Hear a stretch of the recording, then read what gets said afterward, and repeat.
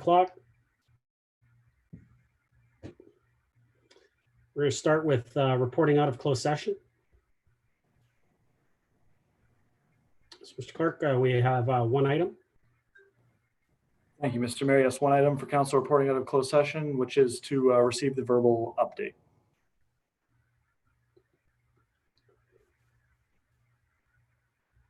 Thank you. And that is, just to read it out, personal matters about an identifiable individual, including municipal or local board employees, section 2392B of the Municipal Act 2001 regarding CAO performance update verbal report. Someone like to move that? Councillor Humphreys, seconded by Councillor Thompson. Recorded vote. Recorded vote has been requested for the only item of council reporting out of closed session tonight. Mayor Maracus, how do you vote? Yes. Councillor Gardner? Believe she's in the meeting. Councillor Gallo? Yes. Councillor Kim? Yes. Councillor Thompson? Yes. Councillor Gilliland? Yes. And Councillor Humphreys. Yes. Motion carries. Thank you, Mr. Clerk. Confirming bylaw. Someone like to move that? Moved by Councillor Humphreys, seconded by Councillor Kim. Mr. Clerk, are we doing hands on this one? Yes, please. All those in favor? Opposed? That carries. Motion to adjourn. Councillor Thompson, Councillor Gallo, all those in favor? Opposed? That carries. We are adjourned. Mr. Clerk, is Councillor Gardner here? I don't see her, Mr. Mayor. Because I know that she wants to ask for something through the approval agenda, so I would hate for us to move forward without her being here. But I also don't want, we've already started.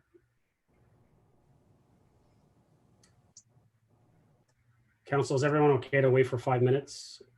I don't want to move forward because Councillor Gardner did send everyone an email letting us know that she wanted to ask for waiving of procedural bylaw during the approval of the agenda. So I don't want to. Councillor Thompson. I don't mind moving that on her behalf. She did send an email in advance. I think we all know what it's about. So. Okay, fair enough. I will allow that, and that's good. All right, so Mr. Clerk, I'll call this general committee meeting to order, 7:03. Can I get a motion to approve the agenda? Councillor Thompson.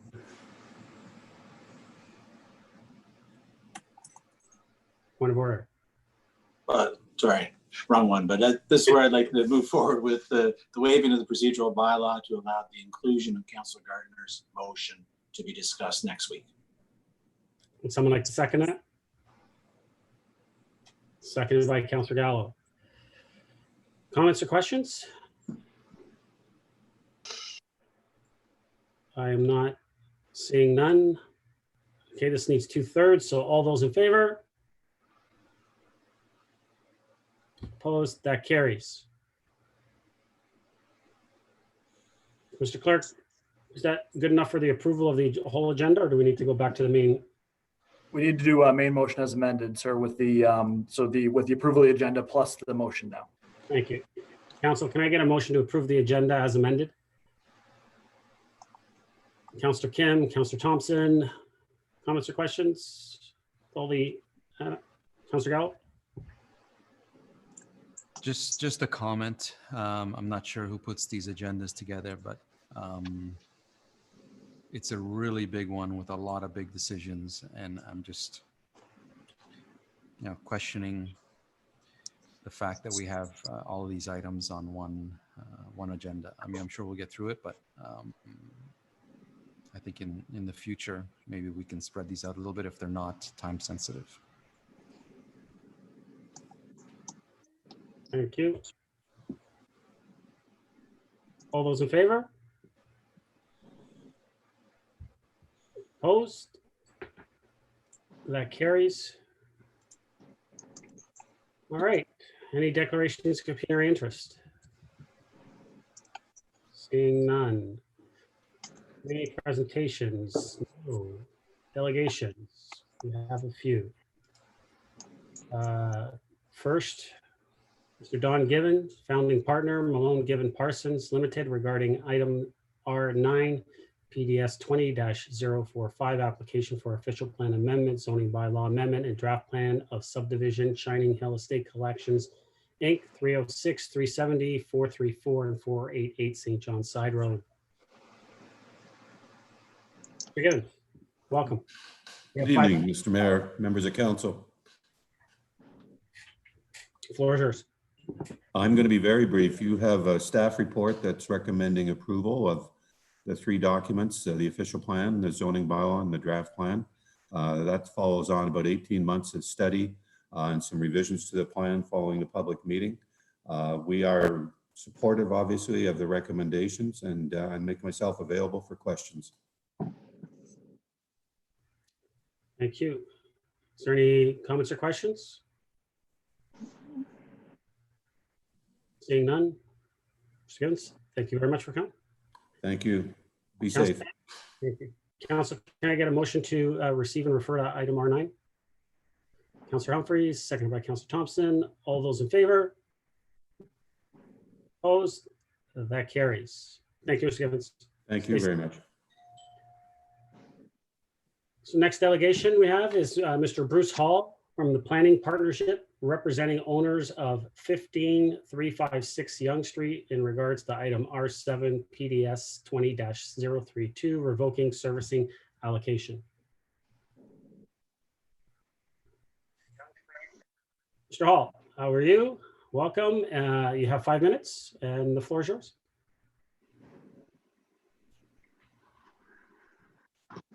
Good evening. Good evening. Thank you very much. I have to realize that there's a time delay on one thing I'm looking at. So my name is Bruce Hall. I'm a partner with the Planning Partnership, and I'm here tonight to speak to you.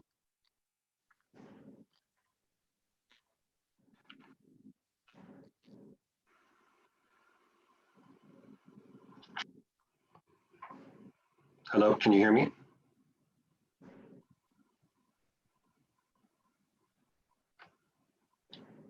I apologize, I was getting an echo.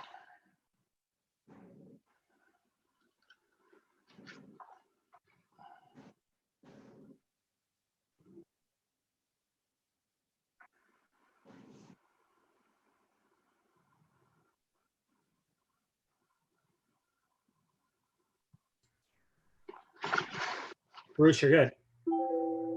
Yeah, it's just I'm getting sort of the my voice coming back on me. I apologize.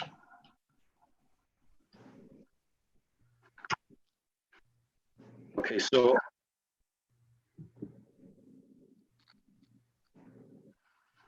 thank you very much. I'm here to speak to you tonight regarding item R7 on the agenda regarding the servicing allocation.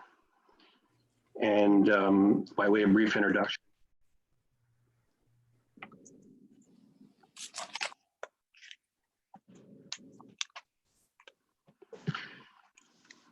this property is located between Hillary House and Horton Place. And it's the existing Knowles Redmond House, which is a historic structure constructed in 1907. And the lands at 15356 Yonge Street were approved in 2009 by way of a zoning amendment and site plan control application to permit development, which includes retention of the existing house and construction of 5 new townhouse units in behind. And I'm here at the request of my client to update you with respect to the servicing allocation, the current status of the development, and request that you not revoke the allocation at this time. There's a number of factors which should be taken into consideration. Following approval of this development in 2009, the applicant tried to market and sell the approved development application, which was unsuccessful at the time.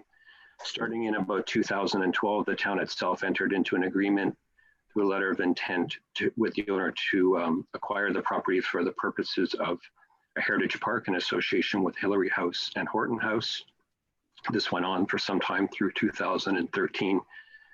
And at that time, the town decided to withdraw from this optional agreement and not pursue.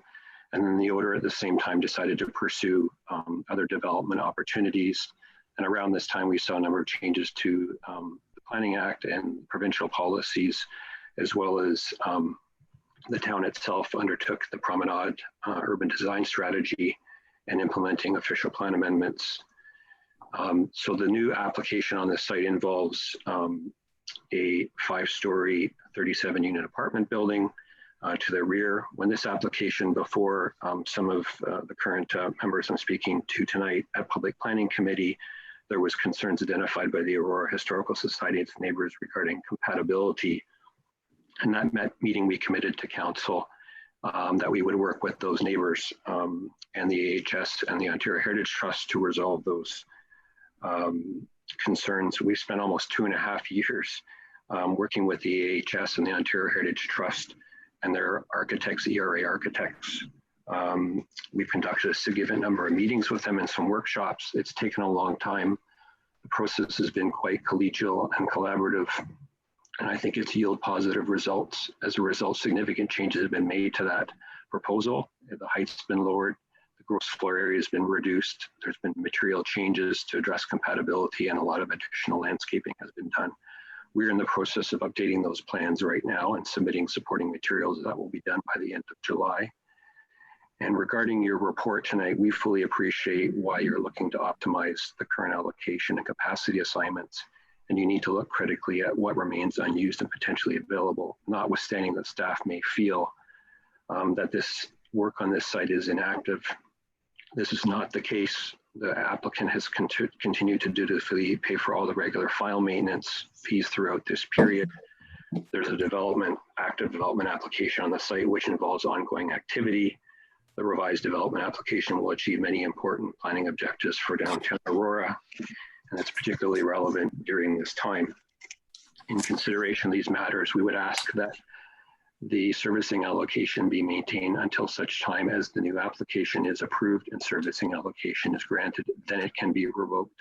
Alternatively, the existing allocation can be maintained for the time being and a further allocation granted for the additional units on approval.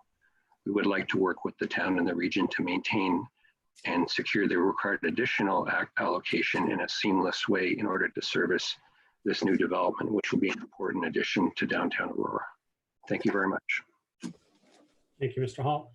Councilors, any comments or questions for the delegate? Councilor Gardner? Thank you for coming.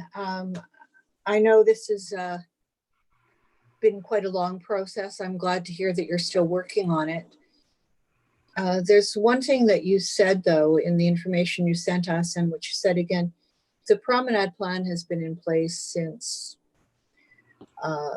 probably early 2012. Mm-hmm. I think you mentioned it was 2014. Bruce? I believe what I said was the work with the town had started on this Heritage Park proposal in 2012, and then there were a number of subsequent changes to provincial planning policy and local policy, which happened around the same time. Thank you. To the best of my knowledge, I don't think any of that affected this property, but I could be wrong on that. Thank you, Councilor. Councillor Thompson? Thank you. Just to be clear for myself, the current allocation is for 13 units for the 5 townhouses that was approved many years ago.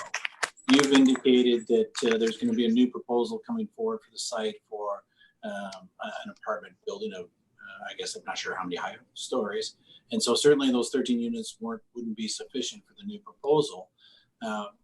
Why is it important to keep the 13 units in place if it's not going to service what the proposal is? Through you, Mr. Mayor, thank you. Yeah. I guess the feeling is that really until this development is, the next development is approved in whatever form it may take, that it's premature to take that away. We would also like to, build upon the existing allocation that we have. The notion of taking it away and losing it until, the ultimate form of development has been decided upon here is another factor. We want the decision on the servicing to be made within, with the consideration of the broader kind of picture that's happening here, as opposed to, being taken away and then being brought back at a later date. Thank you. Nothing further.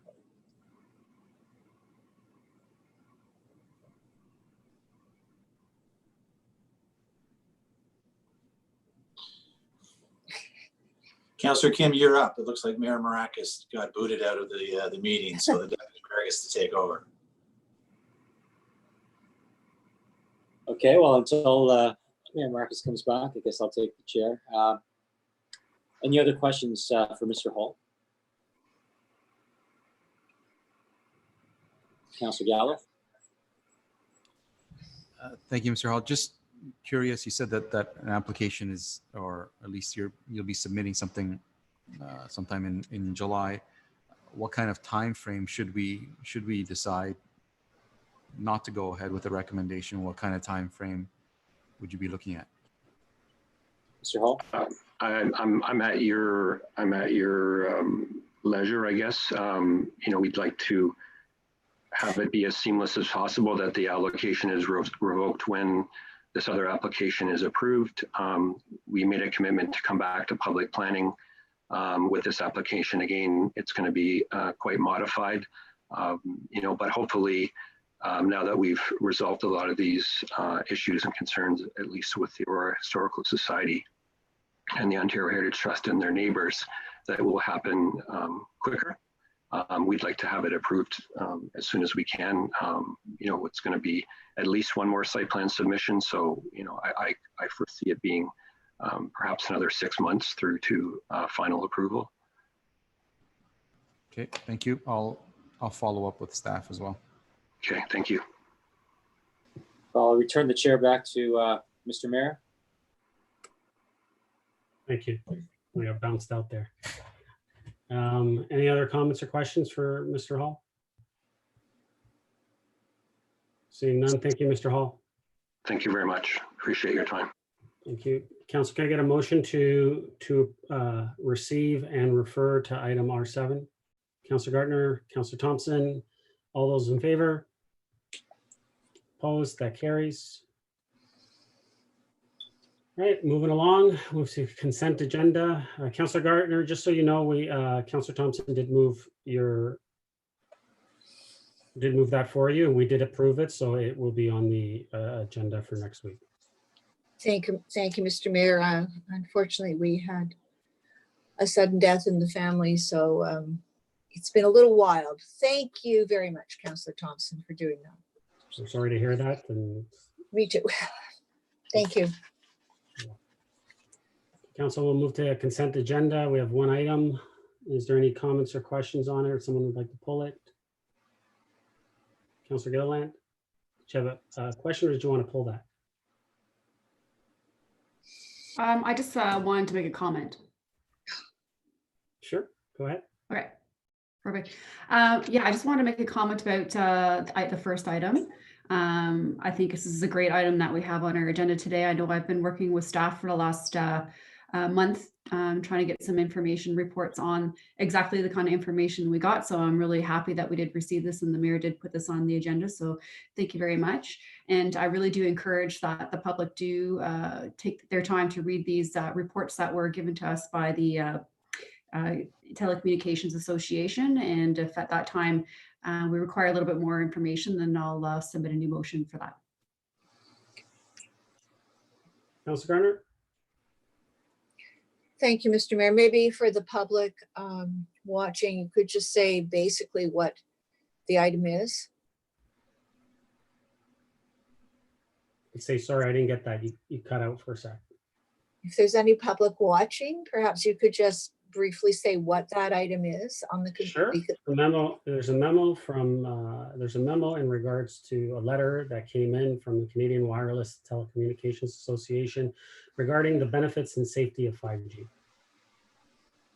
And Thank so anyone can go onto the town website and you can check out that informational piece and you can read up all on the benefits and safety of 5G. Thank you. And for the public, because I know there's public concern about this. So the safety and benefits was basically was outlined in this report. Thank you. Thank you. We had a motion to receive for information. Councillor Thompson, second by Councillor Gardner. All those in favor? Opposed? That carries. Advisory committee meeting minutes. Any comments, questions? Would someone like to pull it? Or would someone like to move receiving that? Can I get a motion to move to receive that? Or to approve the advisory committee meeting minutes? Councillor Kim, second. Councillor Humphreys. Any comments, questions? All those in favor? Opposed? That carries. Items requiring discussion. Mr. Mayor, Yes. if I may, the award system discussion possibly will be quite long. Yes. Could we, and I think the governance item will be quite short, could we move that forward, please? Is there someone waiting for the governance one? Normally we don't move things unless there's someone. I would just recommend that we just kind of go through it.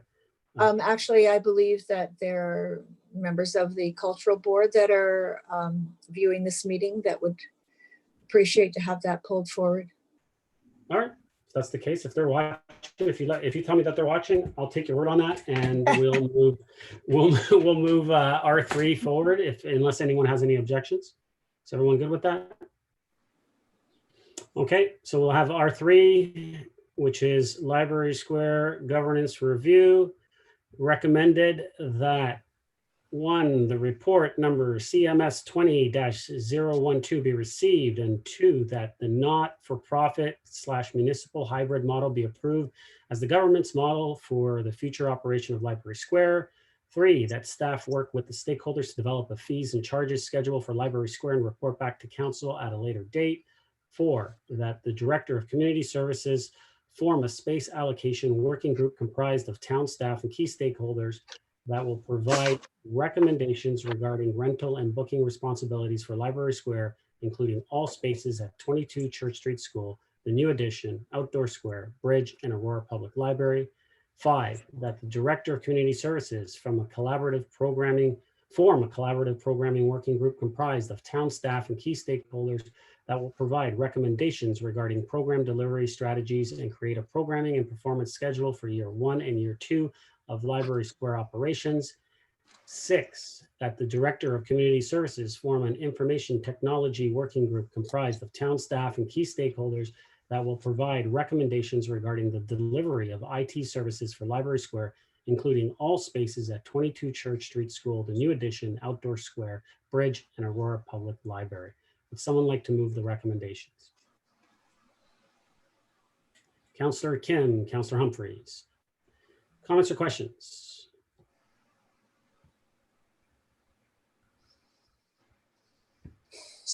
Seeing none. I'll call the vote. All those in favor? Opposed? Oh, Councillor Gallo, hands up now. Okay, go ahead. I'll let you. Sorry, I was trying to get my hand up there.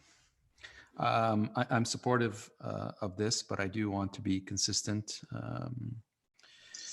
Notwithstanding my support, my view remains the same. That, I don't support the overall project until such time as we get confirmation from upper levels of government of the funding that we've applied for.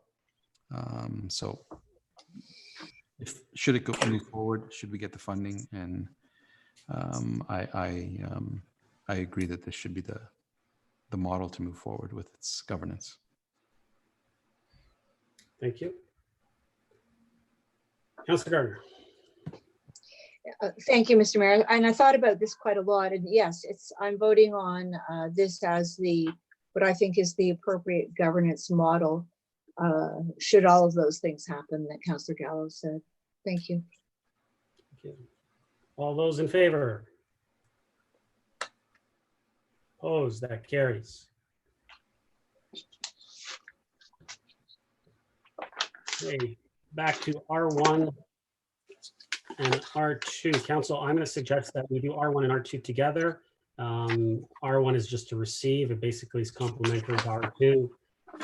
So we can discuss both of them at the same time. Would someone like to move something? Councillor Thompson, you got your hand up? I did. Since I'll move the recommendation to receive. I'll also move, since it's asking for direction, that council adopt the option for a 6-ward system. And when you say receive, that would be to receive both reports? Yep. Recommendation 1 of R1, recommendation 1 of R2, and then I'm providing direction on the second recommendation of R2 that we move forward with the 6-ward system for 2022. Would someone like to second that? Who are these people? They're going to give us a presentation, Councillor. Oh, of course. Yes. Would someone like to second that? Councillor Kim? I believe we just lost Councillor Humphreys. If you want to just wait a second. She just texted me and asked. Okay. I'll give it a second. We're going to have a presentation come in.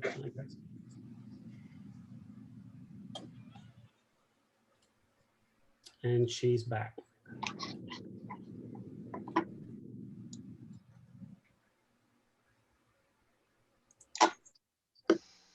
Councillor Humphreys, you there? Yes, sorry about that. Okay. I just came back. All right. I lost connection. You won't have a video for a little while. That's fine. I'll ask you when I ask for the votes, if you can just say what your vote is. Sure. Okay. Thank you. So council, we're gonna have a presentation before we get into a discussion, so we'll add it all in and we can have a discussion about it. So I'll pass it off to our consultants that are here to give us a presentation in regards to R1 and R2. Good evening. I believe there is, there we are.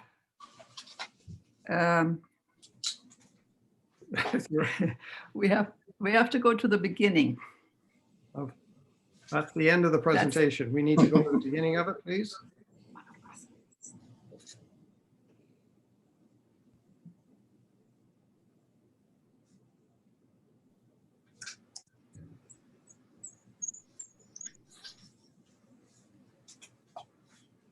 Yes, that's right. Okay. Just a minute, she's putting it on. And if we can put it on slide, perfect. Good evening, Mr. Mayor and members of council. I hope you can hear us properly. No problem. We have all met before, but I'm just to introduce ourselves again. I'm Beate Bauern, the project lead, and with me is Dr. Gary Davidson, who is the political scientist on the project, and online is also Russell Matthew, who is our demographer and responsible for the population projections. Next. Next slide, please. Thank you. Just a brief overview of what we're going to talk about. We're going to talk a bit about the process and then the options report. And then that's what I'm going to do. And then Gary is going to talk about the final report and the preferred options compared and the recommended ward configuration. And then I'm going to talk again about the appendices. Next slide, please. The process was as follows. We had 2 rounds of public engagement. The first round, round 1, was to collect input into a potential ward system.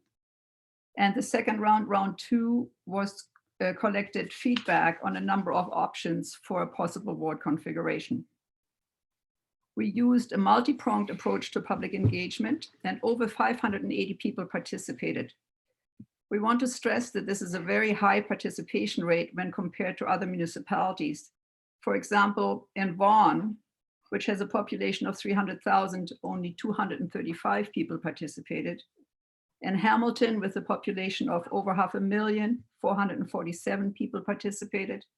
And in Ajax, with a population of 120,000, 180 people participated. So this rate of participation in Aurora is quite significant. Next slide, please. This is the outreach that we used during the process. We had a web page. We had 2 online surveys, one during round 1 and during round 2. As you know, we spoke to all of you, to all members of council twice during both rounds. We had public meetings, 2 in each round. We emailed community associations twice, and also they were notified of tonight's meeting. So the whole outreach process was very extensive. Next, please. We put also ads into newspapers, the Auroran and the Aurora Banner. We had posters in libraries and community centers. We rotated displays in the town hall and in community centers. During round 2, we had mobile signs. And of course, we emailed the project mailing list, which has come together as people have started to participate and wanted to be on the list. Next slide, please.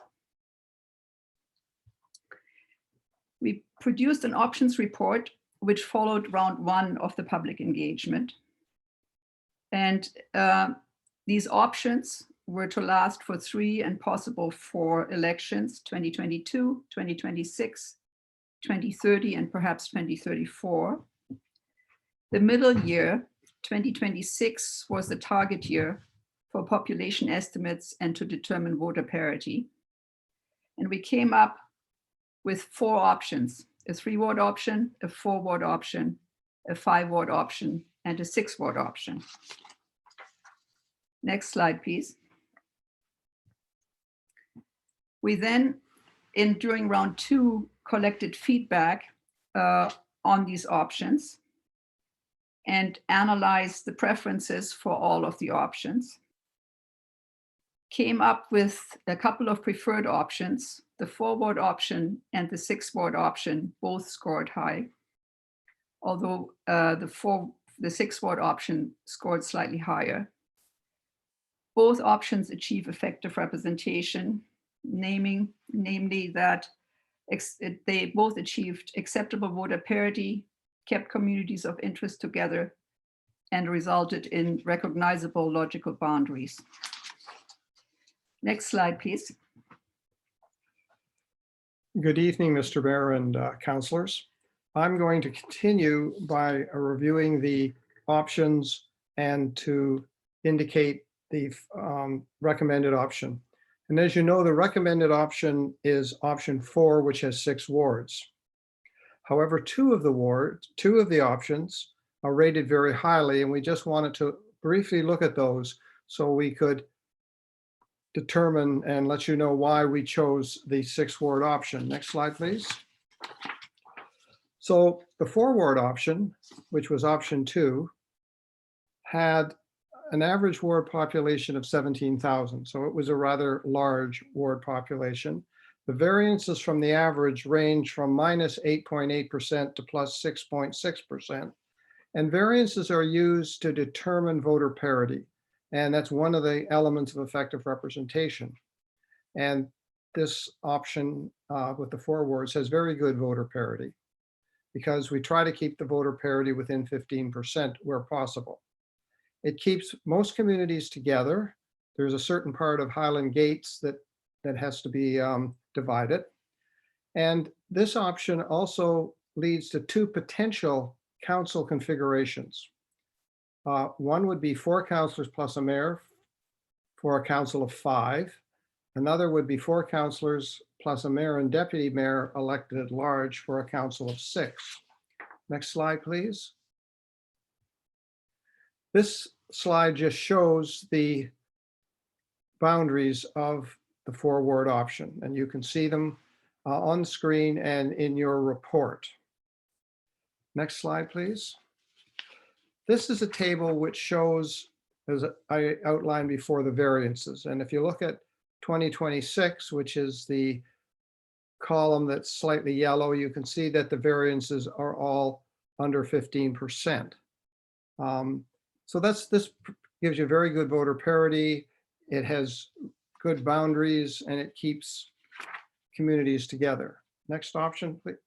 Excuse me, next slide, please. Thank you. Option 4 was a 6-ward option. And the average ward size was 11,330 in 2026. Of course, the average ward size goes down because there are more wards. The variance here is from minus 14.5% to plus 9.8%, again, all under 15%. Keeps most communities together except a small part of Aurora Heights. And Ward 4-4 is the smallest ward, but it starts out small but continues to grow. It's a large ward geographically, but that's because it contains the greenbelt. Excuse me, the moraine.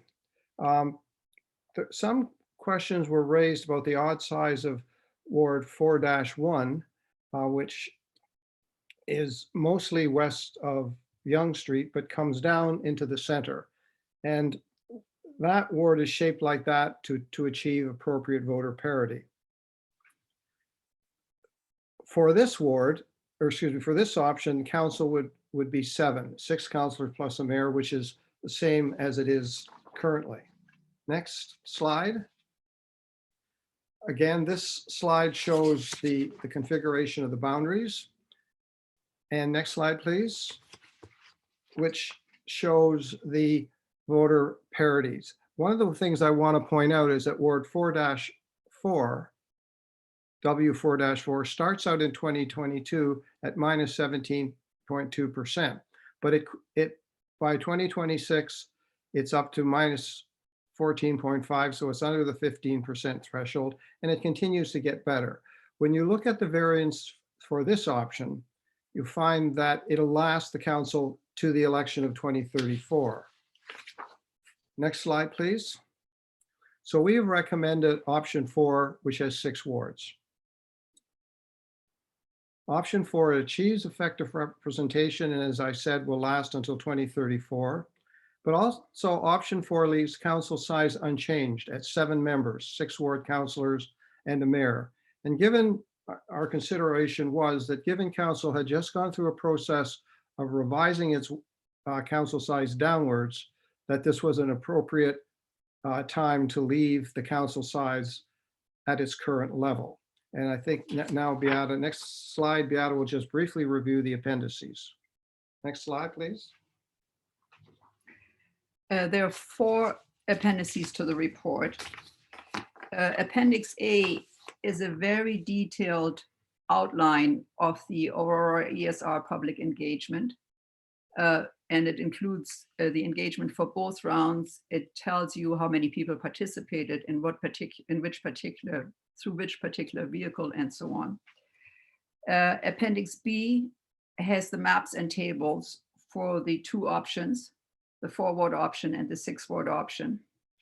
Appendix C is a list and analysis of all the suggested changes to the ward boundaries of these 2 options. And then the appendix also talks about what action, if any, we were able to take regarding the suggestions. And then Appendix D has other comments that do not directly relate to ward boundaries. People made a lot of different comments, and we felt that council would like to have some idea of what people said, which is why we included them in Appendix D. And that's the end of our presentation. The next slide, please. Thank you very much.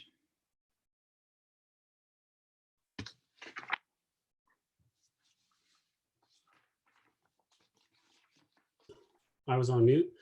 Council, we have a motion on the floor. Are there any comments or questions to the presentation or to the report? We will keep our consultants here, so if you have a question for them, they'll be here to answer them. But we have a motion on the floor, so any comments or questions? Councillor Thompson. Thank you. Through you to the consultants, just a couple questions. The map for wards, for 6 wards presented in the final report, is it the same as the map that was presented in the interim report, or were there changes in between? Through you, Mr. Chair, no, there were no changes in between. That's the same map. Thank you. As a follow-up question, I know you referred to many of the comments that were made by both the public as well as council with regards to potential changes or not having changes. You've provided various explanations in the appendix. However, in the report, it does state that, should council make any changes to the suggested boundaries and the report get appealed to LPAT, there is a chance that you would not be able to defend that report based on the changes council made. Is that fair to say? Yes, that's a fair comment, Councillor. Thank you. It would depend whether the council changes took the new boundaries out of effective representation territory. Thank you. That's all. Thank you.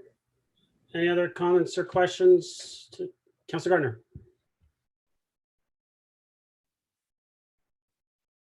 You're on mute, Councillor. Thank you, Mr. Mayor. Thank you for your work.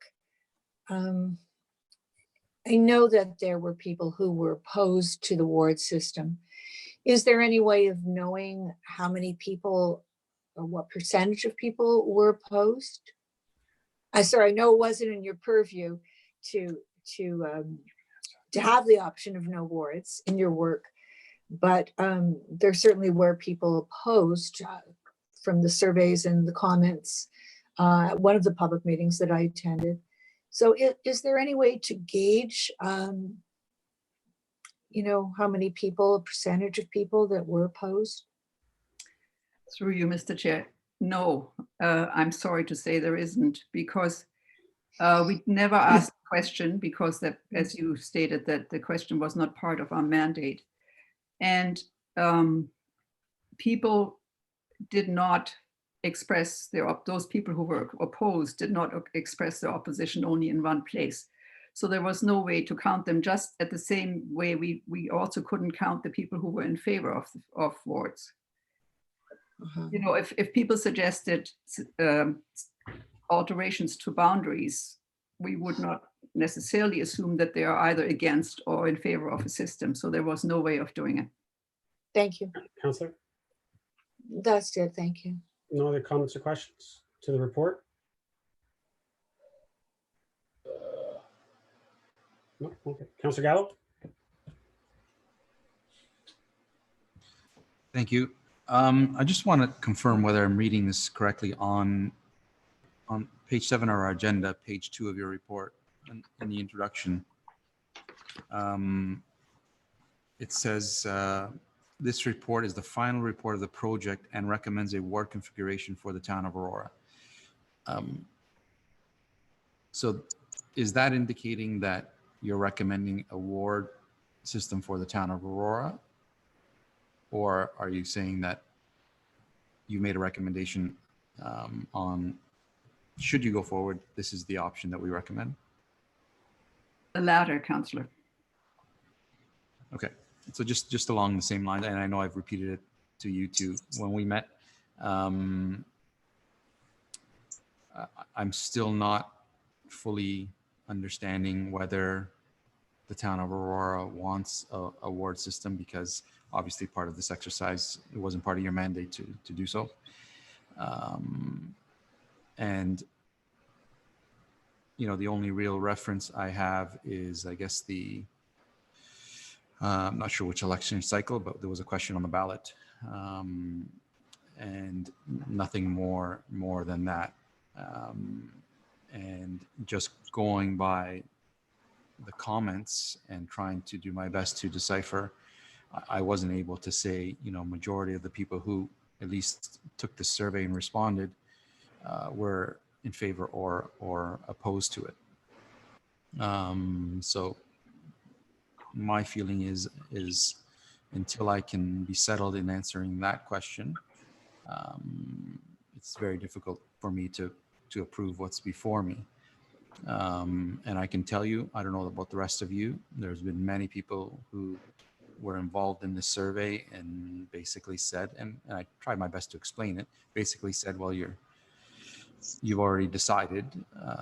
So what's really the point of this exercise? What if I don't even want an award? Why am I entertaining this exercise? And I tried my best to explain the consultant's mandate wasn't to determine whether or not you want an award. It was should award be determined necessary? How do you want it to look like? So as it stands, I'm not confident I have the pulse of the community in terms of one way or the other. Notwithstanding, I realize this exercise wasn't meant to do that. Thank you. Sorry, Councillor, is there a question? I took that as a comment. Correct, Thank you. Councillor? Thank you. Councillor Kim? Thank you, Mr. Mayor. For you to the consultants, in your original presentation, you stated that option 2 and 4, and I took it in that order, were by far the most popular with respect to the rankings.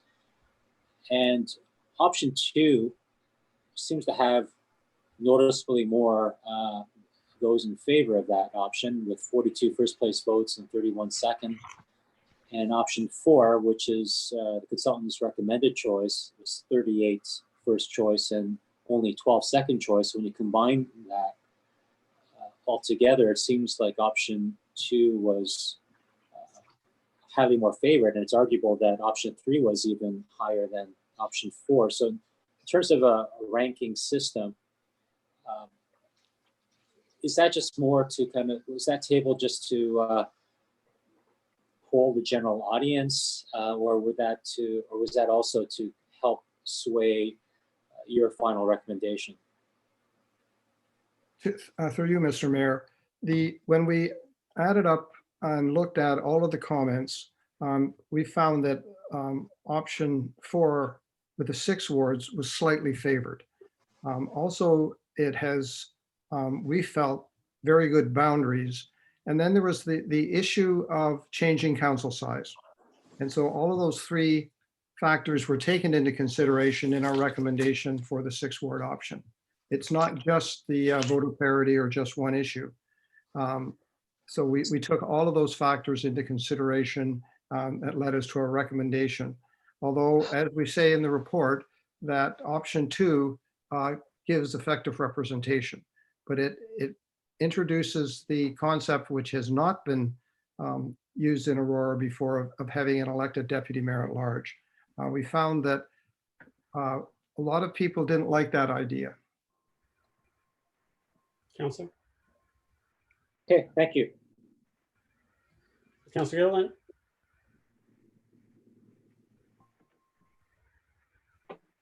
Thank you, through you, Mr. Mayor.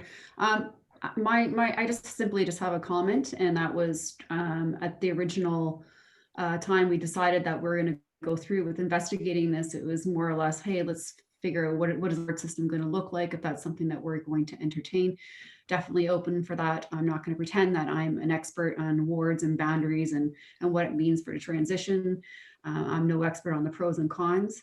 At the time when we decided to go through this, I felt that, yeah, Aurora is ready for awards and let's take a look at it. But quite honestly, I can't say that I knew everything that was encompassed in this report, which I think is great that we had a lot of pros and cons. But I did think it did come as a surprise to me as well that there was no option specific to whether or not the general public wanted to have the award system. Understanding and knowing that in 2014 that it was a pretty split vote. I kind of chalk it up kind of like if you're out, you decide you're going to go shopping for a house, you take a look and see what's out there and you decide, hey, I saw what's out there, but you know what, I'm going to stay where I am. So this was a really good exercise and a learning exercise as to what's out there. If I were to pick something, I do like the 6 ward system that's being presented to us. I just don't know if 100% if that's exactly what the public is wanting to do going forward, because that really wasn't the question that was really being presented to the public. So I'll listen to my council members around the table. But at this point, I'd prefer to just at least separate the vote for now. And I want to listen to what other council members have to say about this before we make a decision to adopting anything. So I still think I'd like to kind of digest what we've been presented and what the public thinks. Thank you. Councillor Humphries, did you want to speak? Everyone else has spoken once. Councillor Humphries? I took that as a comment. So did I. I took that as a comment. Yes, for Councillor Humphries, not us. I'm just waiting for Councillor Humphries. No? Okay. Anyone else? Comments or questions? Councillor Gardner, second time. Thank you, Mr. Mayor.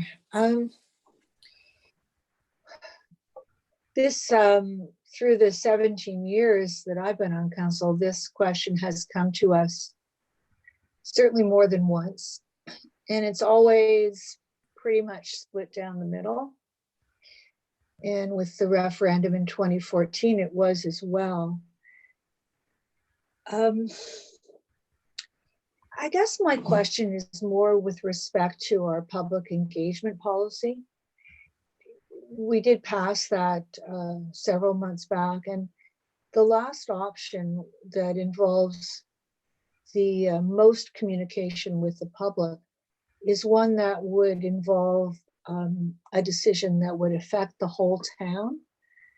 And in that option, it says to go out to a referendum.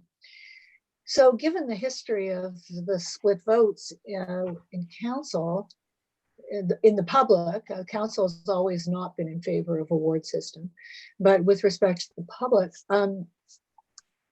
although it may be a useless exercise, we do have that engagement policy, and perhaps we should go out to a referendum. I mean, we could go round and round in circles again, but we never had that engagement policy in place before. So can someone speak to that?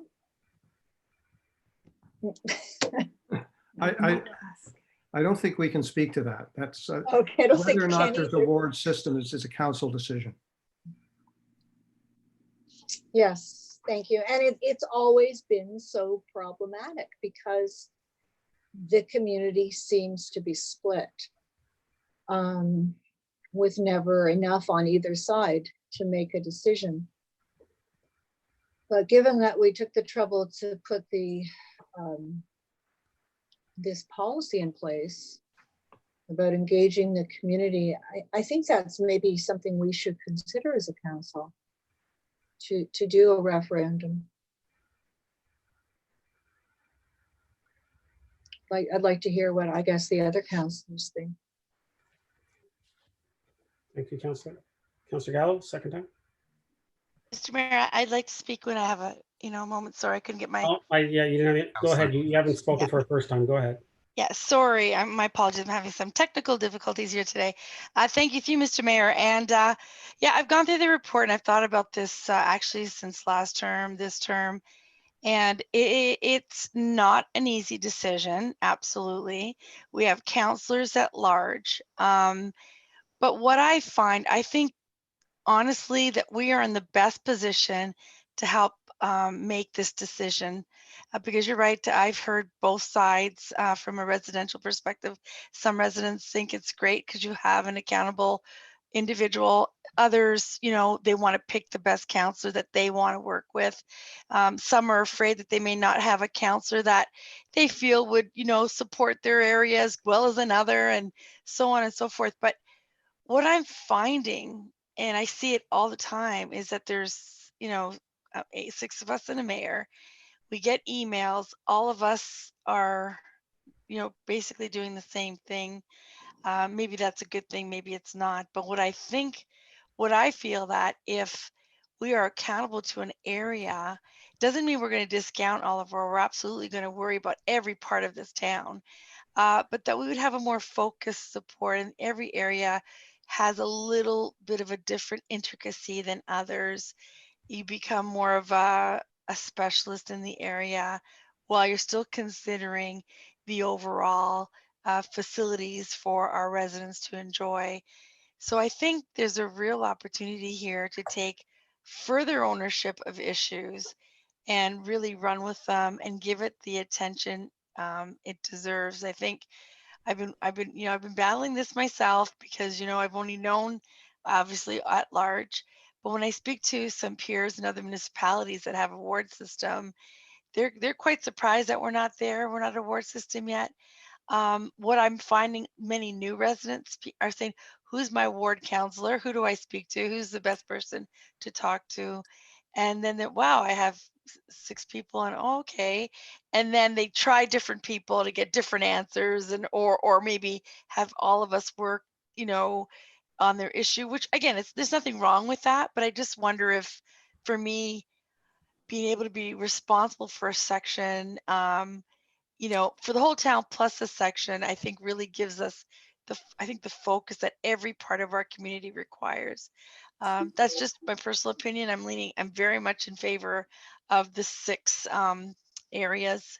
I think it's warranted. Every area has its sort of its own, again, intricacies of town.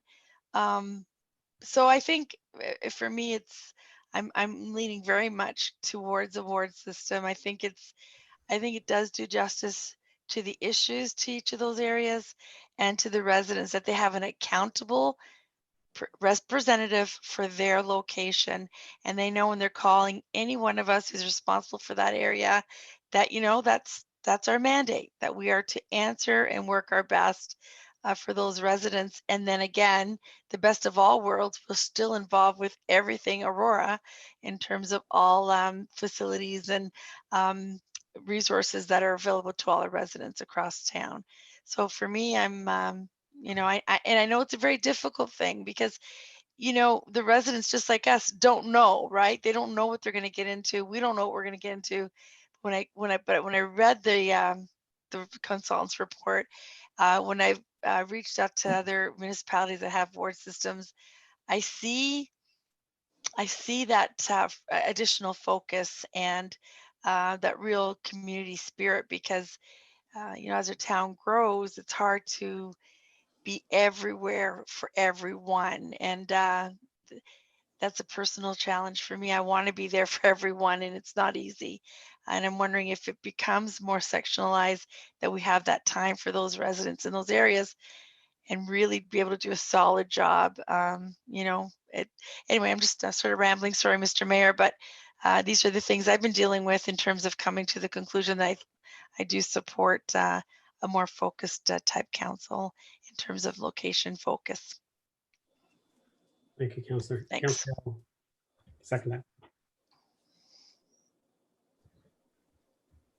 Was that me, Mr. Mayor? Say Councillor Gallo, second time. I guess to maybe Mr. Duran, along the lines of, I'm not sure who mentioned, to have a midterm analysis of what the town wants and have a referendum. What would it take, time-wise, cost-wise, to have a referendum on one item? I guess to Mr. Duran. Mr. Clerk? Through you, Mr. Mayor. Of course, it'd be a lot of planning. I wouldn't want to commit too much to council right now. It's something we could pull off probably within 6 months to a year, in terms of treating it just like a by-election, really, with a referendum question. I'd have to check the municipal act to make sure this is something we're allowed to do and things like that. But in treating it like a by-election, we could do it in 6 months to a year. I would say a year maximum. Okay. Thank you. Yeah, to me, my preference is to explore options on how to really engage the public, and perhaps it's a referendum. I'm not for or against a ward system. I just want a better gauge of the public, and I don't have that. And obviously, this report wasn't meant to give me that.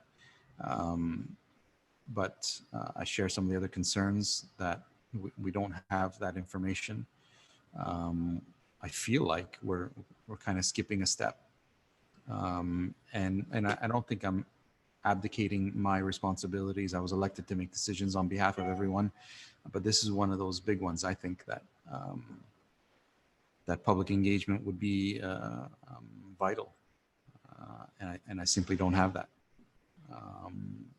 And if there's a chance to refer this to the next GC cycle and perhaps get that answer, if there's an appetite to go down that route, that's something that I would definitely entertain. Thank you. Is there any other comments or questions? Councillor, you already spoke twice. I have an amendment. What's the amendment? Well, the amendment would be breaking this down a bit. Instead of just having 2 points, having more. One would be that council provide a decision on the preferred ward system option. The second one would be that council, well, as Councillor Gallo has said, that we go out to the public in some way to try and engage the opinion. And then the third one would be that council provide direction on adopting a ward system for the 2022 election. So, Councillor, I would, and I'll ask the clerk, but I would deem that to be somewhat contrary of what's been put forward, unless the mover wanted to totally change his motion, because he's asking for us to actually adopt it. So what you're asking for is to move to not adopting it, but just to say that this would be our preference and to that. So I mean, Mr. Clerk, would that be your interpretation, or because that's the way I interpret it, that it would be somewhat contrary. So this would have to be defeated, what's on the floor, and then the councillor could put forward this. I agree with that, Mr. Mayor. Thank you. Councillor? Is it just, if it was just provide a decision on the preferred ward system option and then council provide direction on adopting the ward system, would that still be contrary? I don't think so. I would believe so, because the councillor's asking, his motion to move, that he moved was to adopt it. So what you're asking is to not adopt it, but to provide direction of how to adopt it. So I look at them as two different scenarios. So you would have this, if this gets defeated, by all means, please put that forward. If you would permit me, my problem with this is that a ward system would be much easier for me. But in order to represent the people who don't want a ward system, I would have to vote against this. And I understand that, Councillor, but I'm allowing you to speak a little bit, but you have spoken twice. So if you want to make an amendment, that's fine. Otherwise, I need to let Councillor Kim speak for a second time. I tried to make the amendment and it's not accepted, so. Okay. Thank you. Councillor Kim, second time. Yes, through you, Mr. Mayor. I would be in favor of a ward system. Just to address the question about consulting the public. I'm always in favor of consulting the public. For this type of consultation or this type of question to be asked to the public, you know, I think the answer is almost going to be predictable, because in general, people believe that if it ain't broke, don't fix it. You know, fortunately, the residents of Aurora over the last, 40, 50, 100, 150 years, I like to think that previous council and the representatives have done a fantastic job, and it's made Aurora the way it is today, the great town it is today. And so most people will view it as, if it ain't broke, don't fix it. So residents won't consider how efficient is this council process today. How much time does it take to respond to one email or to one issue? If the resident doesn't see or care the resources being used up to resolve one question or one item, when it could easily be done a lot more efficiently. And so if you ask that question, I think the answer is predictable. So I wonder the merits of asking that from a referendum perspective. Last term, I was hesitant to have the vote in terms of having the governance review committee and us voting on reducing the number of council members from 8 to 6. But it was widely suggested and it was discussed that this was part one of a two-step process to bring it to a ward system, and for that reason, that would be the only reason why I voted in favor of cutting council from 8 to 6 last term. And so for me, I want to commit to that process because it wouldn't be fair to all those colleagues who I voted with to reduce the numbers. And this term, the first 2 years of this council, it's all been about improving efficiencies, improving the process, and I think we've done that. And I think having the ward system continues along that theme. The reasons Councillor Humphreys indicated, I agree with them. We've had numerous emails, and when I replied all to let everyone know I've dealt with it, I've had other councillors in the last 6 years ask me why I replied all when just replying to the resident would suffice. And at large council, certainly last term, less this term, it does have an adversarial environment. One councillor competing against another. I think having a ward system, you do have that specialist who understands that area. And for me, it's really more about the efficiency aspect. There's an accountable person, someone's accountable. If they don't do a good job, you know who to go to and get rid of that person. So for all those reasons and others, which I won't have time at this time to address all those questions, but for all those reasons, I'd be in favor of a ward system. Thank you, Councillor. Councillor Thompson, you have your hand up. Second time. Yep. Thank you. Through you to the consultants again. You spoke briefly about it in your presentation with regards to public engagement. I think you referenced the number of 580 individuals participated, and then you made a comparison with other municipalities such as Hamilton, Vaughan, and Ajax. I wonder if perhaps you can expand on it. I'm sure that you participated in many ward boundaries over the years.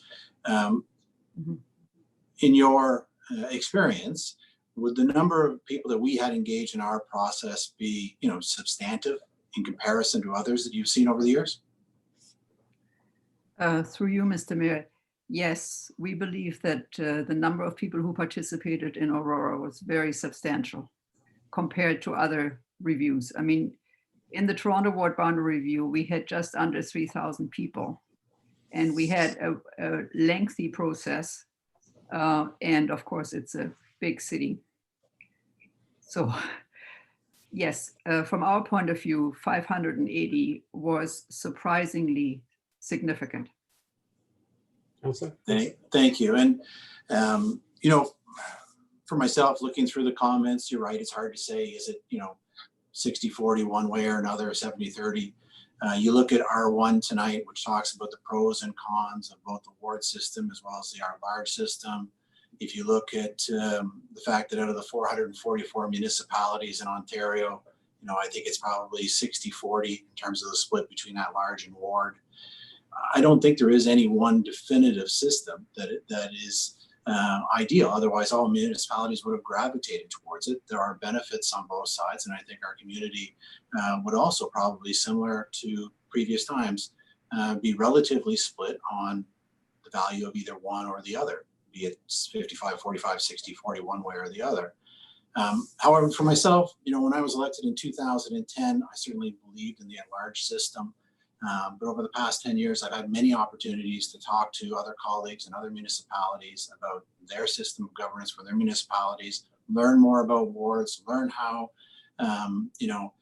the representation works there. Some of the issues that I've heard in terms of concerns about wards, I've had opportunities to talk to and ask them, and felt comfortable with responses. And for myself, I truly believe that, given the fact that we're 60,000 plus, and if my memory serves me correct, I think we are either the largest municipality or second largest municipality by population still at large. I think as the changing demographics continue to unfold in Aurora and we continue to grow, the best way to represent all Aurorans going forward is an award system. I think then you'll truly have a more diverse and representational council in the years to come, and that's why I'm in favor of award system. Thank you. Councillor Humphrey, second time. Thank you, Mr. Mayor. And Councillor Thompson and Councillor Kim sort of summarized some of the thoughts that I was going to mention, along with one of the more significant ones is, when I was elected in 2010, at large, was all I knew, and it worked well. And I do see as the population grows, that we are all, we're all engaged by residents at the exact same time. That means 7 of us are doing the exact same thing. And I'm not sure how efficient or effective that is for the overall town.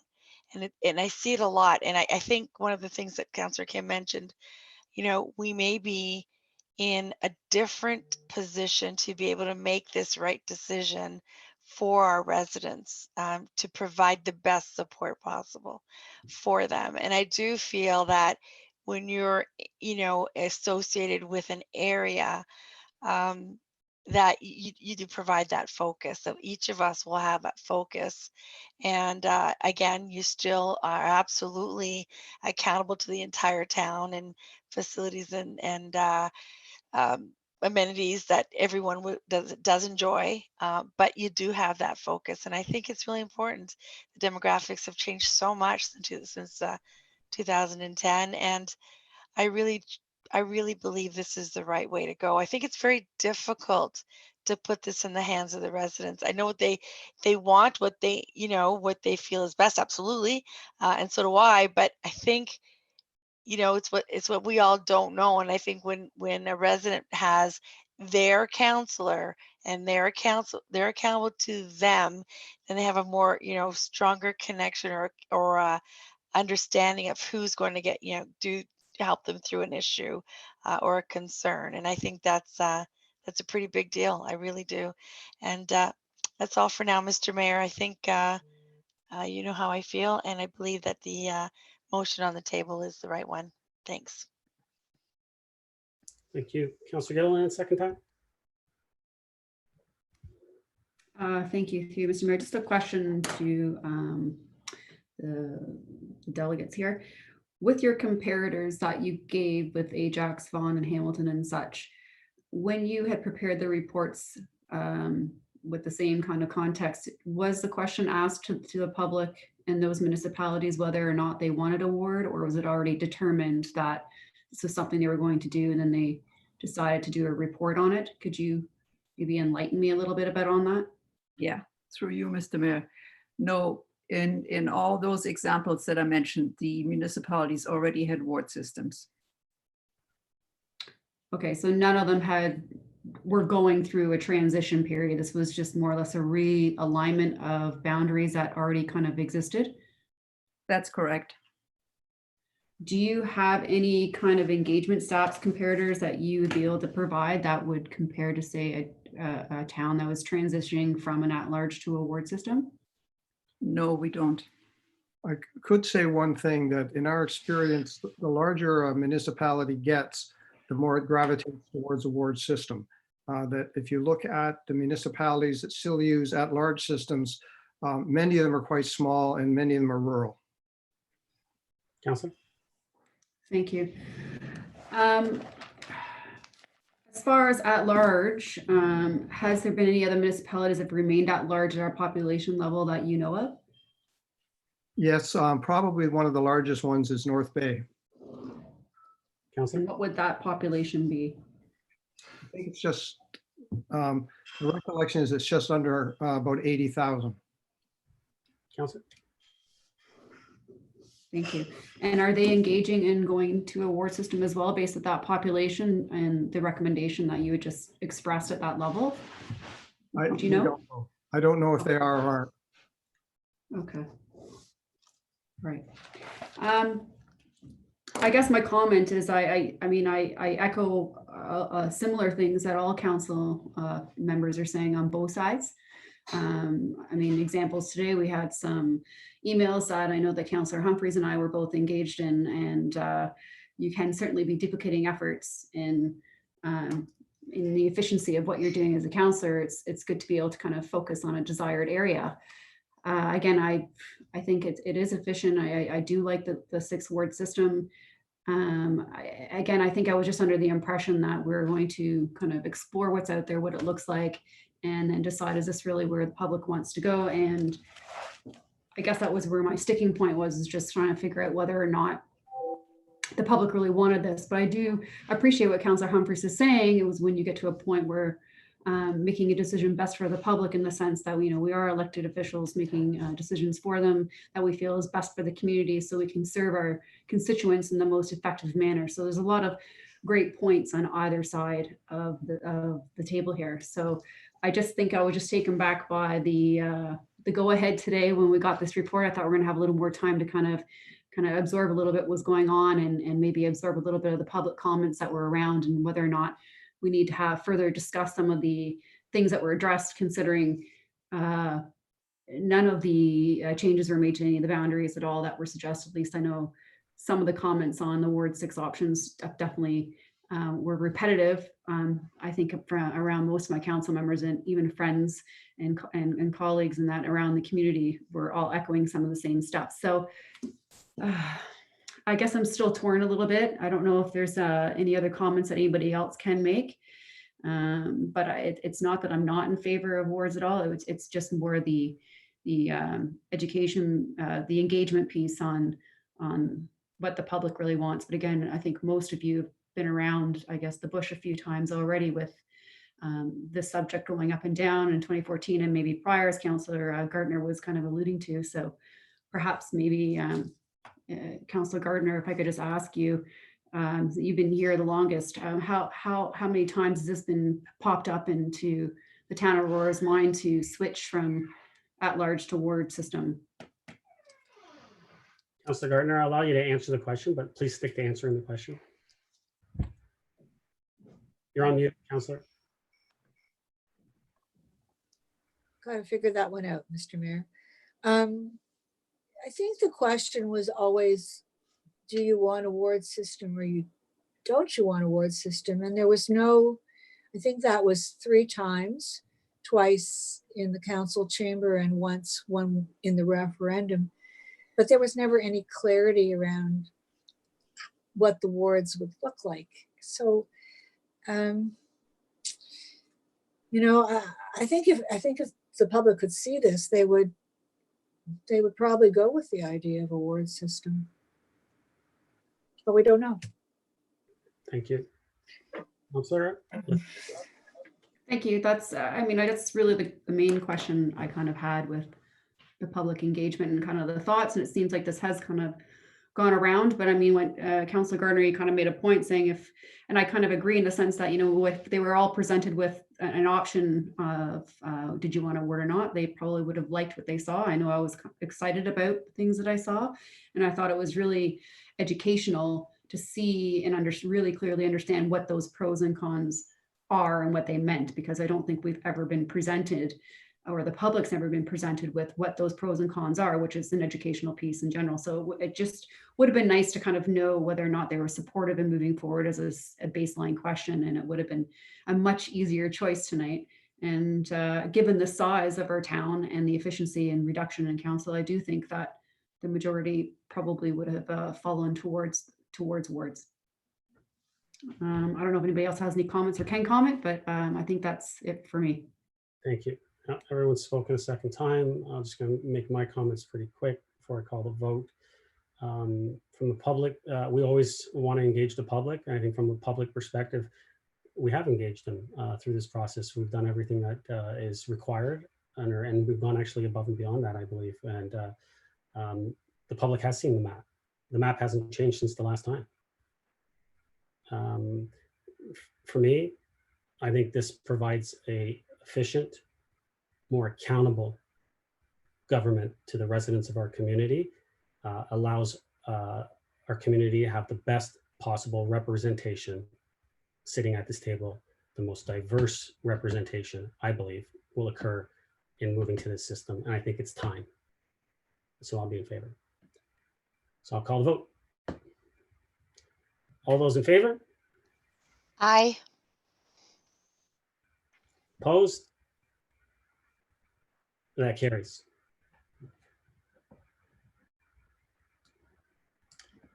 Thank you to the consultants. Thank you for coming. All right, council, we'll move to R4. Hallmark Lands, request for information and user group survey results. Recommended, 1, that report number CMS 20-014 be received. 2, that the Director of Operational Services be authorized to commence the tendering process for 100 Vandorf Side Road and proceed with capital project number 73287 as previously presented. 3, that staff report back to council with an updated budget request prior to awarding the contract if required. Would someone like to move the recommendation? Moved by Councillor Kim, second. No seconder. Councillor Gilliland. Comments or questions to the report? I guess I'm going to call the vote. I don't see any. I'll give it 1, 2. Oh, now they come up. Councillor Thompson, then Councillor Gallo, and then Councillor Gilliland. Go ahead, Thompson. Councillor Thompson. I guess through you to Ms. McDougall, perhaps you can expand on why we're back at square one once again. I mean, obviously, this particular item has been before council numerous times, seen numerous reiterations, and now we're being asked to go back out to tender for $3 million budget as previously approved. Yet all information we've had in the past indicates that it'll probably be greater than $3 million. So maybe she can explain why staff think that this is a good starting point. Ms. McDougall? Thank you very much. I'm assuming you can hear me. In response to the question, through Mr. Mayor, what we are reporting here today is based on the direction of council. When we had the tender out and it came back and it was demonstrating it was over budget, we were at that time seeking approval to proceed with the request of the additional funds. That was also parallel at the same time as our sport field development strategy, which was being presented to council to summarize our needs within our various sports fields. At that time, council deferred making a decision until the sports field strategy was presented. That strategy reiterated the need for, in particular, focusing on baseball, the demonstration of 2 ball diamonds were needed. At that same meeting, there was a delegation that demonstrated the possibility of an indoor facility on the lands as a potential alternative for council. At the time, demonstrated potentially it could save town funding or town costs. We went this route. It was simply a high-level presentation. There was enough intrigue from it. The direction at that time was asking staff to go back and learn a little bit more about the proposal, and which we attempted to do. At the same time, during that pause, while we were waiting for more information, we heard from a few other interested parties that may be also interested in offering up a proposal for an indoor facility. We came back in April informing council there was potentially more than one, and we felt it was important to be as open and transparent to find out what all the information would be about what other proposals there might be out there. So at that time, council agreed for us to issue a request for information just to see transparent wise who else and what other proposals were tabled. That RFI information was issued, and it came back with only 2 submissions. Based on the summary of those submissions, which is starting on page 3 of the report, summarizes the 2 outcomes. In both of those proposals, we observed that a few considerations. So one was more of a rectangle facility, not necessarily for ball, although it might be able to accommodate some ball, but it was definitely going to be using up at least one of the proposed natural turf fields. for to house this indoor facility. That same proposal outlined an operating model, but they were seeking a 25-year lease, exemptions from property taxes, and ultimately may save the town some funding, but we would be losing that second game facility. The second proponent had a different configuration, a different interest. Did demonstrate some baseball, but again, it was an indoor facility. It would serve a batting cages and removable pitching mounds. So it had a little bit more of a baseball flavor to it. But again, it was losing potentially to a second gaming facility for us to host games on. It also had a very, in our opinion as staff, a low hours being available to the user groups. It only offered 10 hours per week on ball diamonds and 40 hours per week in the soccer field. We felt that was very low in comparison to what we believed our user groups would be seeking to be able to access. And then they too were looking for a very long lease agreement with the town.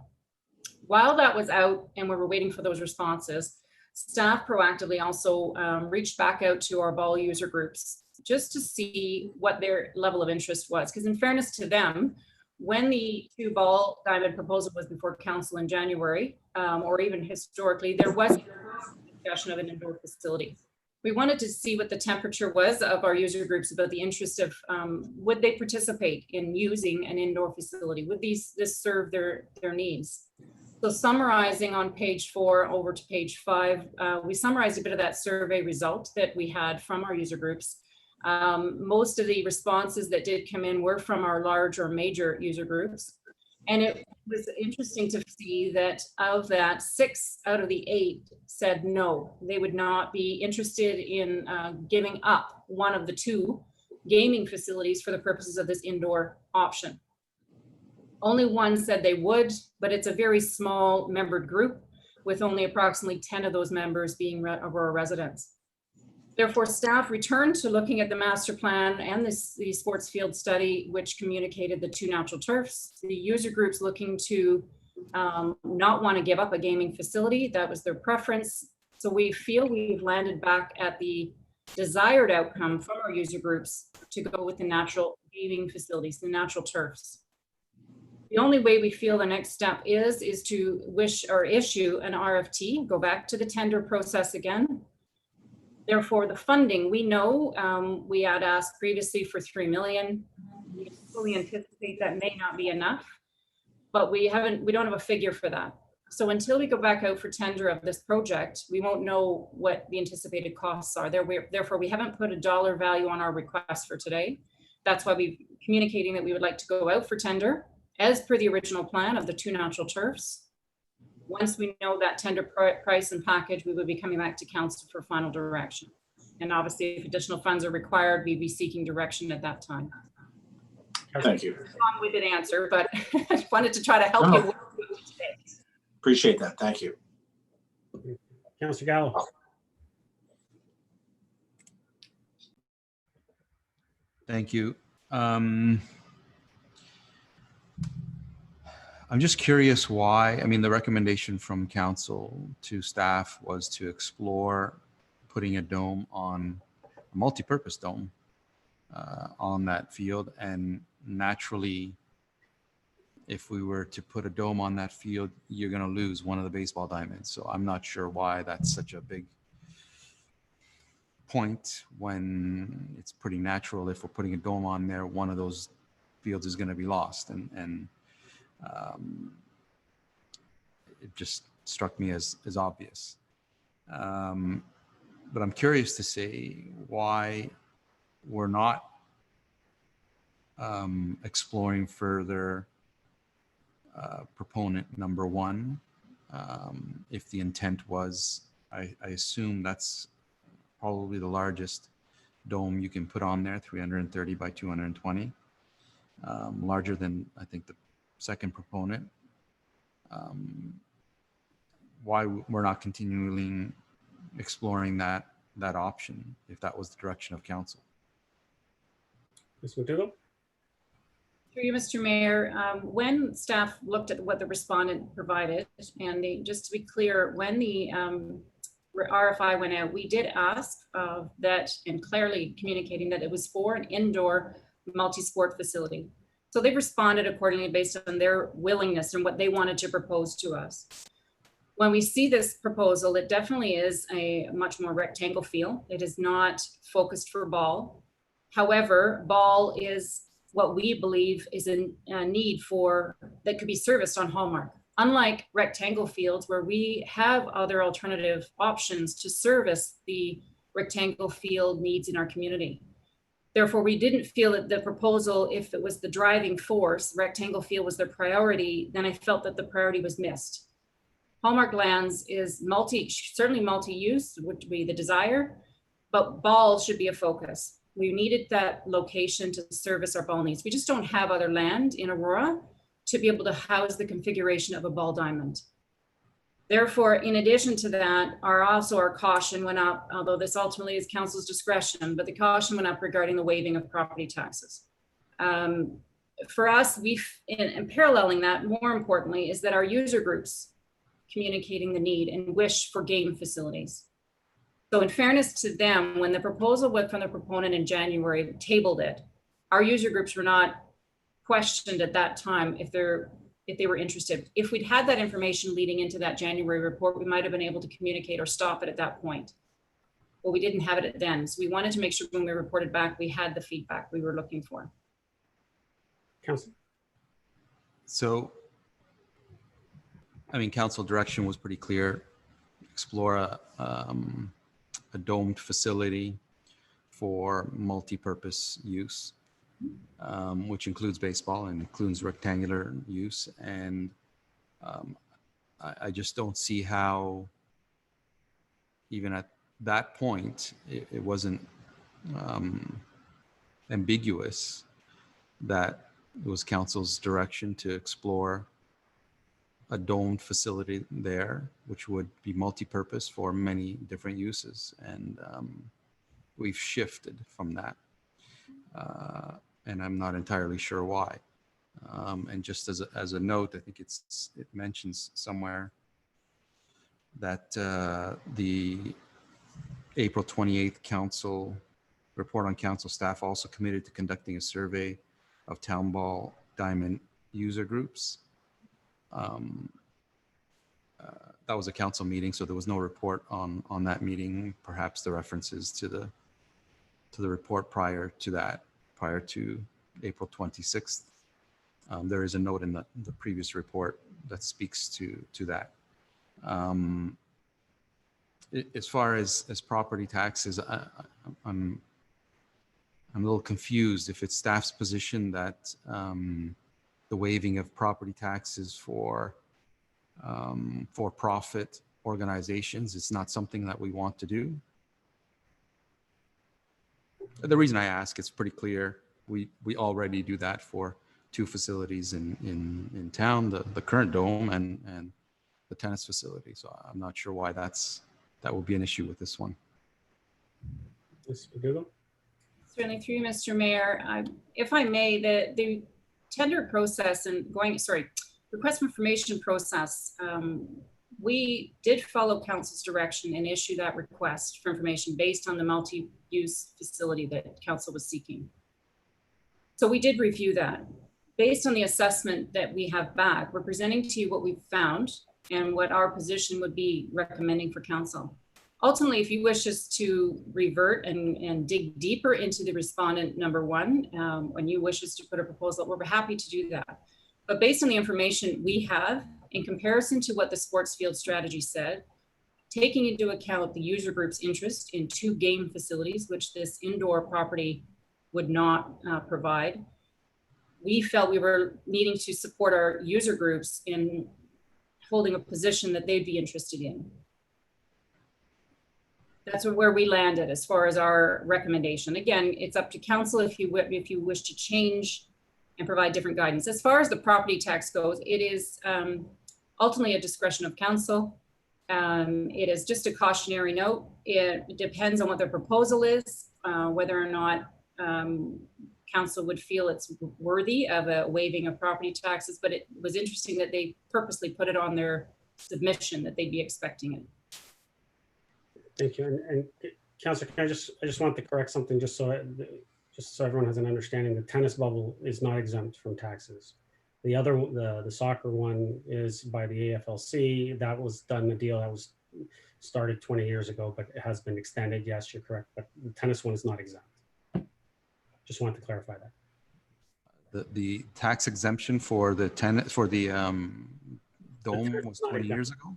The tennis is not exempt from the tennis bubble is not exempt from taxes. Yeah.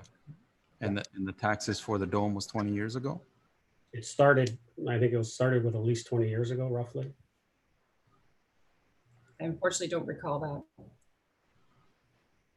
Mr. Downey might be able to read, but that's besides the point. That's not what we're dealing with right now. But I just want to clarify about the tennis, because you said the tennis bubble is exempt as well. So I just wanted to make sure to clarify that. So I guess generally speaking, my preference would have been to at least explore that option a little further. And it seems to be dead in the water. And I guess on the staff side, and no appetite to continue that that path, because it's always been my intent. Well, to be honest, I really didn't want to see any recreational facilities on that property. But if we're going to do it, I would push towards the best possible use of that land that we could possibly attain. And I thought an indoor multi-purpose facility is far better than 2 baseball diamonds. Thank you. Councillor Humphreys, did you have your hand up? I just want to make sure, because I have you in order before Councillor Gilliland. Or is your hand up from before? Sorry, through Mr. Mayor, I think I had it up from before. Sorry about that. Okay, just wanted to make sure. Thank you. Councillor Thank you. Gilliland, go ahead.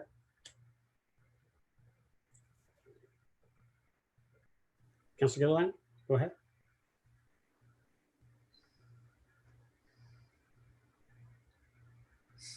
Councillor, is she frozen? Or am I frozen? No, she's frozen, I think. Yeah, she's frozen. Okay. Councillor Gardner, I'll go to you and then hopefully she comes back in. Thank you, Mr. Mayor. Just for some background, excuse me. When council signed that contract for the soccer dome, and I think it was in 2005, or I was on council and I started at the end of 2003. We had no idea that we were going to have to pay the taxes. We found that out later on. So, and as we've paid hundreds of thousands of dollars in taxes, I would hope that any new contract with the dome would not repeat that mistake, depending upon how the contract was structured and who owns it. With respect to your point about, yes, that was not designated rec land. We really didn't have much of a choice because there was no other rec land available. We missed the opportunity in the 2 Cs.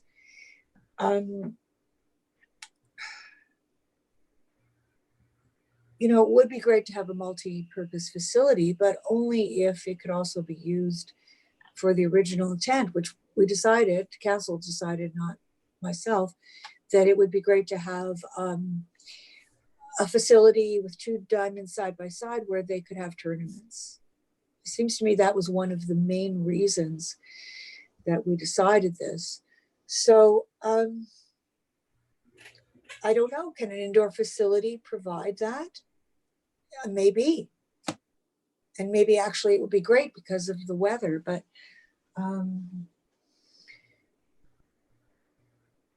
yes, that's all I have to say for now. Thank you.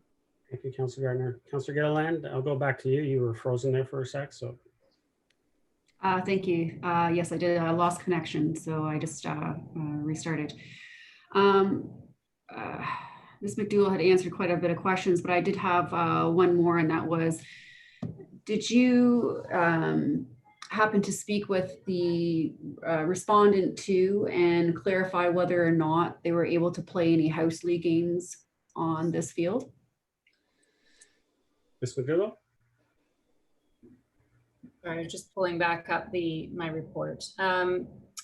With the use of this facility and depending on the age grouping, likely young tots, young youth, upwards of age maybe 10, 12, could play some games. But once you get into competitive, then the height is a challenge. Councillor? Okay, and just a point of clarity, I know someone was mentioning property taxes, and I just wanted to kind of point out that within respondents too, they weren't asking for a property tax easement, which I certainly wouldn't be in favor of the property tax. And I do think that the reason why that we decided to go back to staff was because there was subsidy options, and there was a representative from one of the leagues on behalf of one of the leagues to explore this option, and that's why we engage in this opportunity. I certainly do not want to deviate from the need that was prescribed by and recommended by staff for 2 ball diamonds. So regardless, I think it's best that we do go back and as council recommended in direction. But I do want to reach out offline to the Aurora King Baseball. I think they're the ones that had presented option 2. Is that correct? Are we able to verify that, or? That isn't something that I would like to communicate publicly unless they're okay with it. That's why we've communicated respondent 1, Okay. respondent 2. Okay, I'm not sure 100% who it came from, so we'll just not name because it's uncertain. But I wouldn't mind just doing a little bit more digging and understanding of maybe some of the option 2 that the respondent has submitted. But I do not want to deviate from the 2 ball diamond initiative right from the get-go. I'm okay with the council recommendation on the floor, because right now what it's telling me is that we're going to go with what was previously presented, and at least get some numbers on what's being moved forward. And if something were to come forward to change, we have now until council to find out the information. But at this point in time, I'm happy with the recommendation that's being presented. It is unfortunate that within the respondents that we do have a bunch of questions that were asked to the leagues in general. And I think that has a lot of weight on my decision today about what I'm deciding, based on the fact that the only representation that would be in favor of moving forward really does represent a very small population of Aurora and serving our community. So at this point, I'm okay with the recommendation on the floor, and we'll see what happens at council. Thank you. Thank you. Any other comments, questions? Councillor Garner, second time. You're on mute, Councillor. One of the problems, I think Ms. McDougall said, was that there wasn't enough public playing time being provided. Did I hear that correctly? Ms. McDougall? Based on the, Mr. Mayor, based on the submission in respondent number 2, they've communicated that the local use sports groups would have consisting of 10 hours per week. And that's quite low for, in my mind, for our local user groups, and 40 hours for soccer. So it was 10 hours per week for ball and 40 hours a week for soccer. So the emphasis again was more around soccer. I'll leave it at that. That's it. I'm just summarizing what was already in the report. Councillor? Thank you, and that may have to do with the height that's required for ball. And it would be great if we could have provision for soccer as well. But I think we can't not have better provision for ball, because that's where we started out with this. Thanks. Councillor, any other comments, questions? Councillor Gallo, second time. You to staff, I'm just wondering how confident you are at a $3 million, because as it stands, if it is within $3 million, staff has the authority to move forward as the resolution stands. Ms. McDougall? Through to the councillor, Mr. Mayor, our impression or interpretation would be, if it's under 3 million, we have the direction to proceed. with 3 million for 2 ball diamonds. If it's over, we'd have to be back to council to seek your direction of where the additional funding would come from. And I guess my question is, how confident do you feel that not changing any of the design, that we can come within budget? Well, it's an interesting state that we're in right now in light of COVID. A year ago, we know that the tender was issued and came back and it was over budget, close to $1 million over budget for what we were proposing. We're now in a state of COVID from a construction perspective. Two ways. We've heard two ways where there's an interest to get work done and get there and make work. So therefore, there could be an interest with a lower than being within. I wouldn't have to this. Okay, and is there any intent in changing the design or scope of the project in order to fit within budget?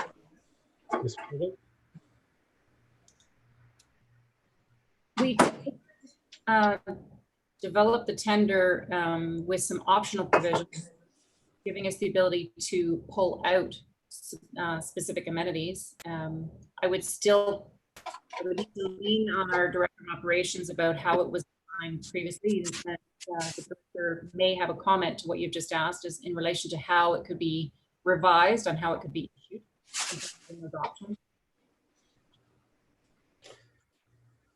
Mr. Downey, you want to add anything to that? Certainly. Thank you, Mr. Mayor.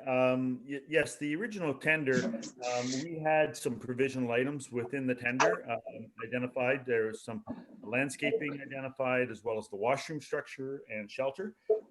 And when we call the tender, we will be doing those provisional items same as we did the previous tender. If we are looking at taking out some additional provisionals, the only one I can think of would be lighting, and I wouldn't recommend it.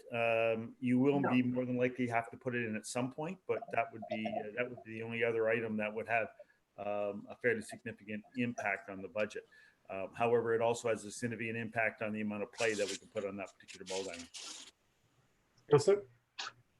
Yeah, my rationale for that question is that if we're going to do this, let's do this right. Let's not remove things that may push this over budget.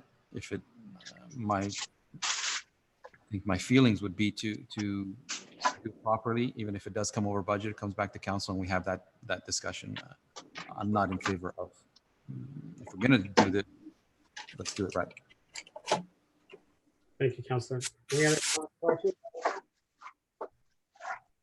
Seeing none, I'm just going to make a few. Oh, Councillor Gale. Second time.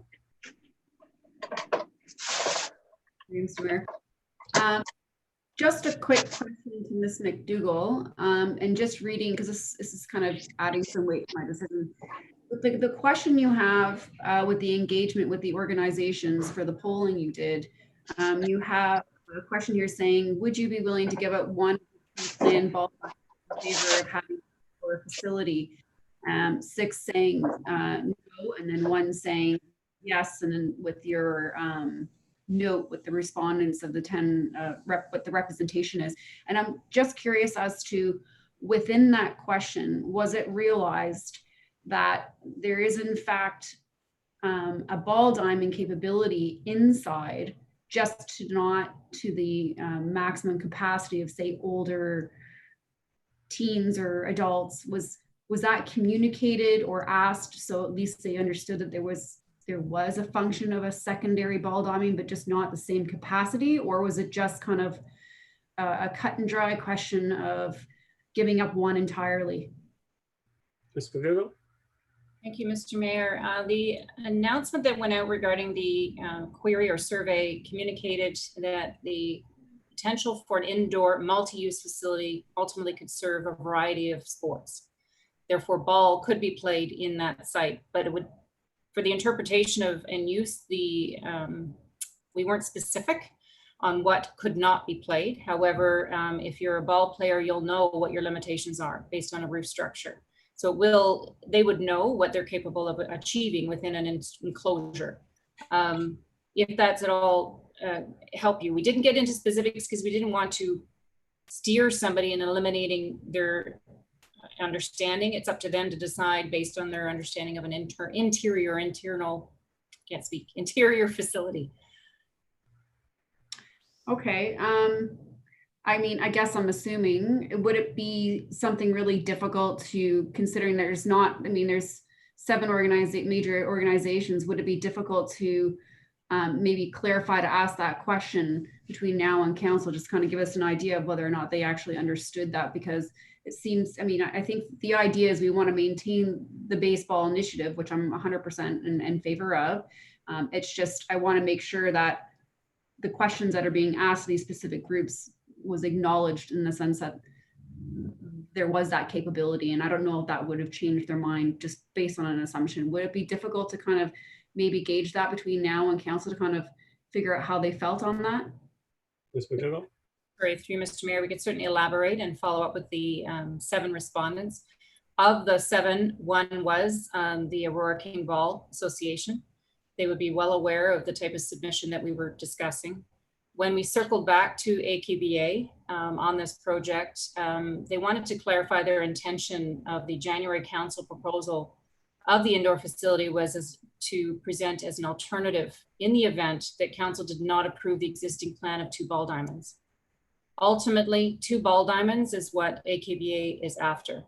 But it's only if not approved. Their second choice is to have an indoor facility and 1 diamond. So they're one of our largest facility or user groups. But therefore I wanted to clarify that they would be one of those submissions, and they clearly knew what the idea of an interior facility would look like. But we can for council's interest, we can circle back to them for next week. Perfect. All right. Thank you. Thank you. Any other comments or questions? Just gonna quickly, we've been dealing with this since last term. The big question was 1-1 or 2-0. Anyone that was sitting at the table knows we had some lengthy discussions. Decision was made. The majority of council decided to go with two baseball diamonds, and at that $3 million budget. While I still believe 1-1, while I still like to see multi-purpose, while I still think that the more value that you provide for the majority of our residents, the better. You get value for the money that's being spent, for the tax dollars that are being spent. I'm at this point in favor of moving forward and still going forward with what the majority of council decided to approve at that time. And if it comes back, as was stated, if it comes back above that 3 million, I mean, we don't know what's going to happen. We're in a pandemic. People are looking to get work. Things are starting to open up. Maybe it does come in under 3. That would be great. And we can go ahead with it. But if it doesn't, it comes back here, we can have that discussion at that time. And we can look at how do we move forward with that. But I will say, I hope nothing gets taken out, because we've seen in projects, whether it's this or other ones, previous terms, where things get taken out. So the budget comes in on budget, but it's not necessarily on budget, and we add things after the fact. And to me, I hope that doesn't happen with this one. It better not happen with this one, and I don't think it will happen with this one. So, Councillor Gallo, I'm with you. If we're going to do it, let's do it right, and we can deal with that budget when it comes back. If it comes back higher than that 3 million, and we can have a discussion of whether we decide to change from the original plan that council decided in favor of last term. So, I will vote in favor of this at this time and see what comes back from that tender. So with that, I will call the vote.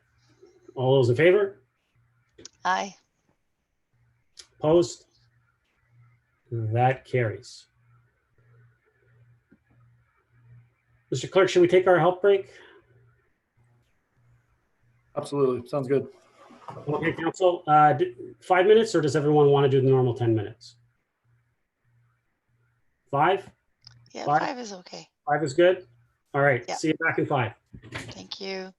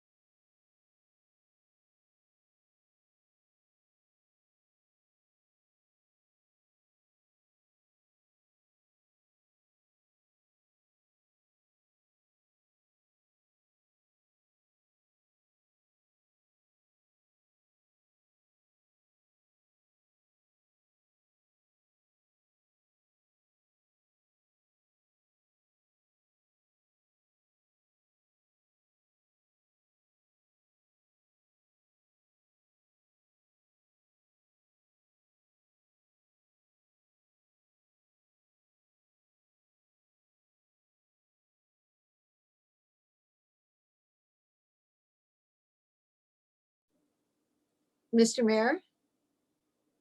It says the video is disabled. I can't get on. Let me try again. Is that your video is disabled? One sec, let me see. Oh, it says the host has asked you to, okay. But when I first did it, There you go. you cannot start your video because the host has disabled it. That might have been our co-host. So clerk or something, just when we took Okay. recess, we've done that. That's fine. So we're still live. Okay.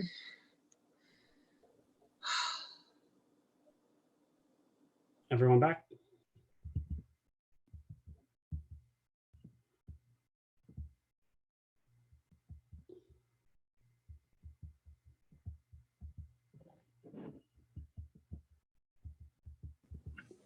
I'm back. Thank you. Councillor Gilliland, Councillor Gallo, you guys back?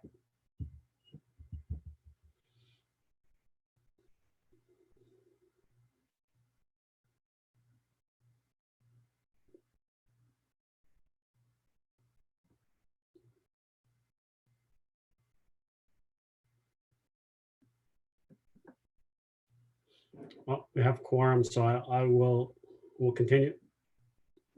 Mr. Clerk, we're back. We'll move to item R5.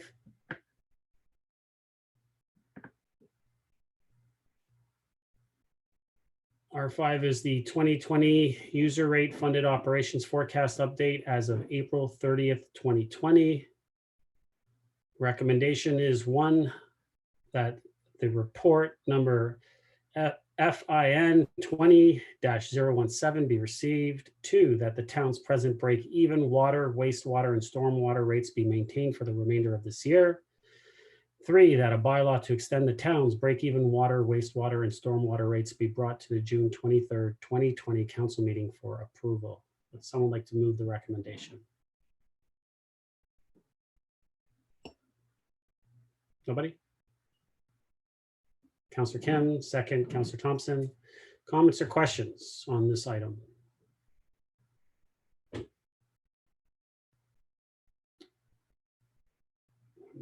2, 3, 4. Councillor Gardner.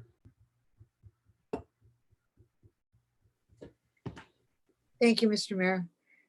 I'm very worried by doing this that it's going to have an impact on the stormwater, the amount of stormwater money we collect, which we need to upgrade our flood protection. Could I ask staff? It says by waiving the penalties, we will have to contribute money to this budget in the next year. I'm just trying to find it. Ms. Wainwright Van Kessel. Through you, Mr. Mayor. So the stormwater rates that we would be charging would be those that are reflected in the 2020 budget.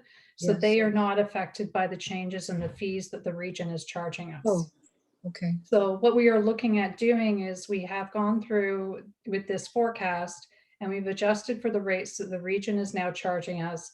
And then we have also found some other savings that would offset those waiving of fees to be able to continue with the rates that we currently have in place that council approved effective May 1st. Councillor. Thank you. Am I right that I read something here that we would have to make up some of the amounts in the 2021 budget, or if there's any money left over in the 2020 budget? Ms. Wainwright Van Kessel. Through you, Mr. Mayor. So what we are saying is for 2021 and 2022, we are uncertain at this point as to what the rates would be. And the reason for that is because with the region having waived their 9% increase this year, we do not know what they plan on charging as an increase for next year. So I think this was going to be the last year that they were going to have the 9% increase, and then they were going to be moving to something more in the neighborhood of about 3% going forward. So until we know what they're planning on doing, we won't know how that's going to affect those future year rates. So that's why those rates in the future are uncertain at this point. Councillor. Thank you. Thank you. Any other comments or questions?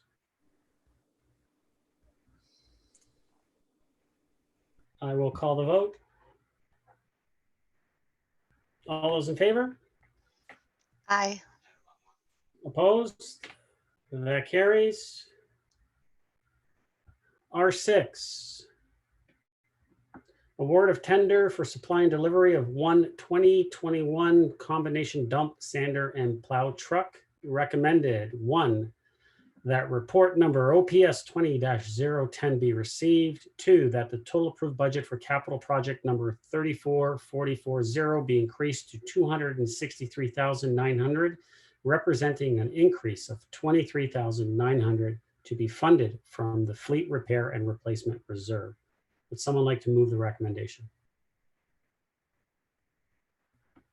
Moved by Councillor Gilliland, seconded by Councillor Kim. Comments or questions on this item? Councillor Gardner. You're on mute, Councillor.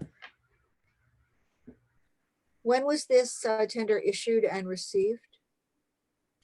Mr. Downey?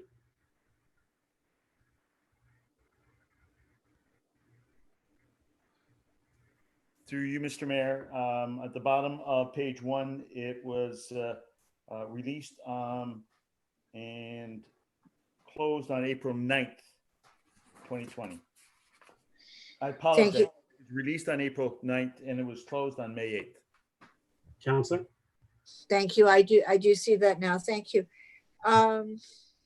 So is there any possibility that if we put it out in a couple of months or a few months that there will be any decrease? Mr. Downey? Through you, Mr. Mayor, we have no indication of that, and in fact, it may increase. So this is a long order item as it is. So it takes a long period of time in order, once we place the order, to actually get the vehicle. Thank you, Mr. Downey. Any other comments or questions to this one? Councillor Gallo? Thank you. It says that there were 3 firms that submitted and only 1 was deemed compliant. Can you speak to the other 2? Mr. Downey? Through you, Mr. Mayor, I can't speak to the other 2. That was through our procurement process, and I'll forward that over to our treasurer. Ms. Wainwright Van Kessel? Through you, Mr. Mayor, the reason that the other 2 were not compliant is because they did not meet the mandatory specifications that were on the bid. So that's why they were deemed non-compliant. Thank you. Any other comments or questions on this one? Seeing none, I'll call the vote. All those in favor? Aye. Opposed? That carries. So move to R7. PDS 20-032 revoking servicing allocation. Recommended, 1, that report number PDS 20-032 be received. 2, that the water and sewage capacity previously allocated to the following site plan application be extended for 1 year. That's the site plan application file SP 2018-03 at 15086 and 15106 Young Street. 3, that water and sewage capacity previously allocated to the following site plan applications be revoked. 1, site plan application file SP 2006-13, formerly D11-13-06 at 15356 Young Street. And 2, site plan application file SP 2013-05 at 15132 and 15136 Young Street. Would someone like to move the recommendation? Nobody?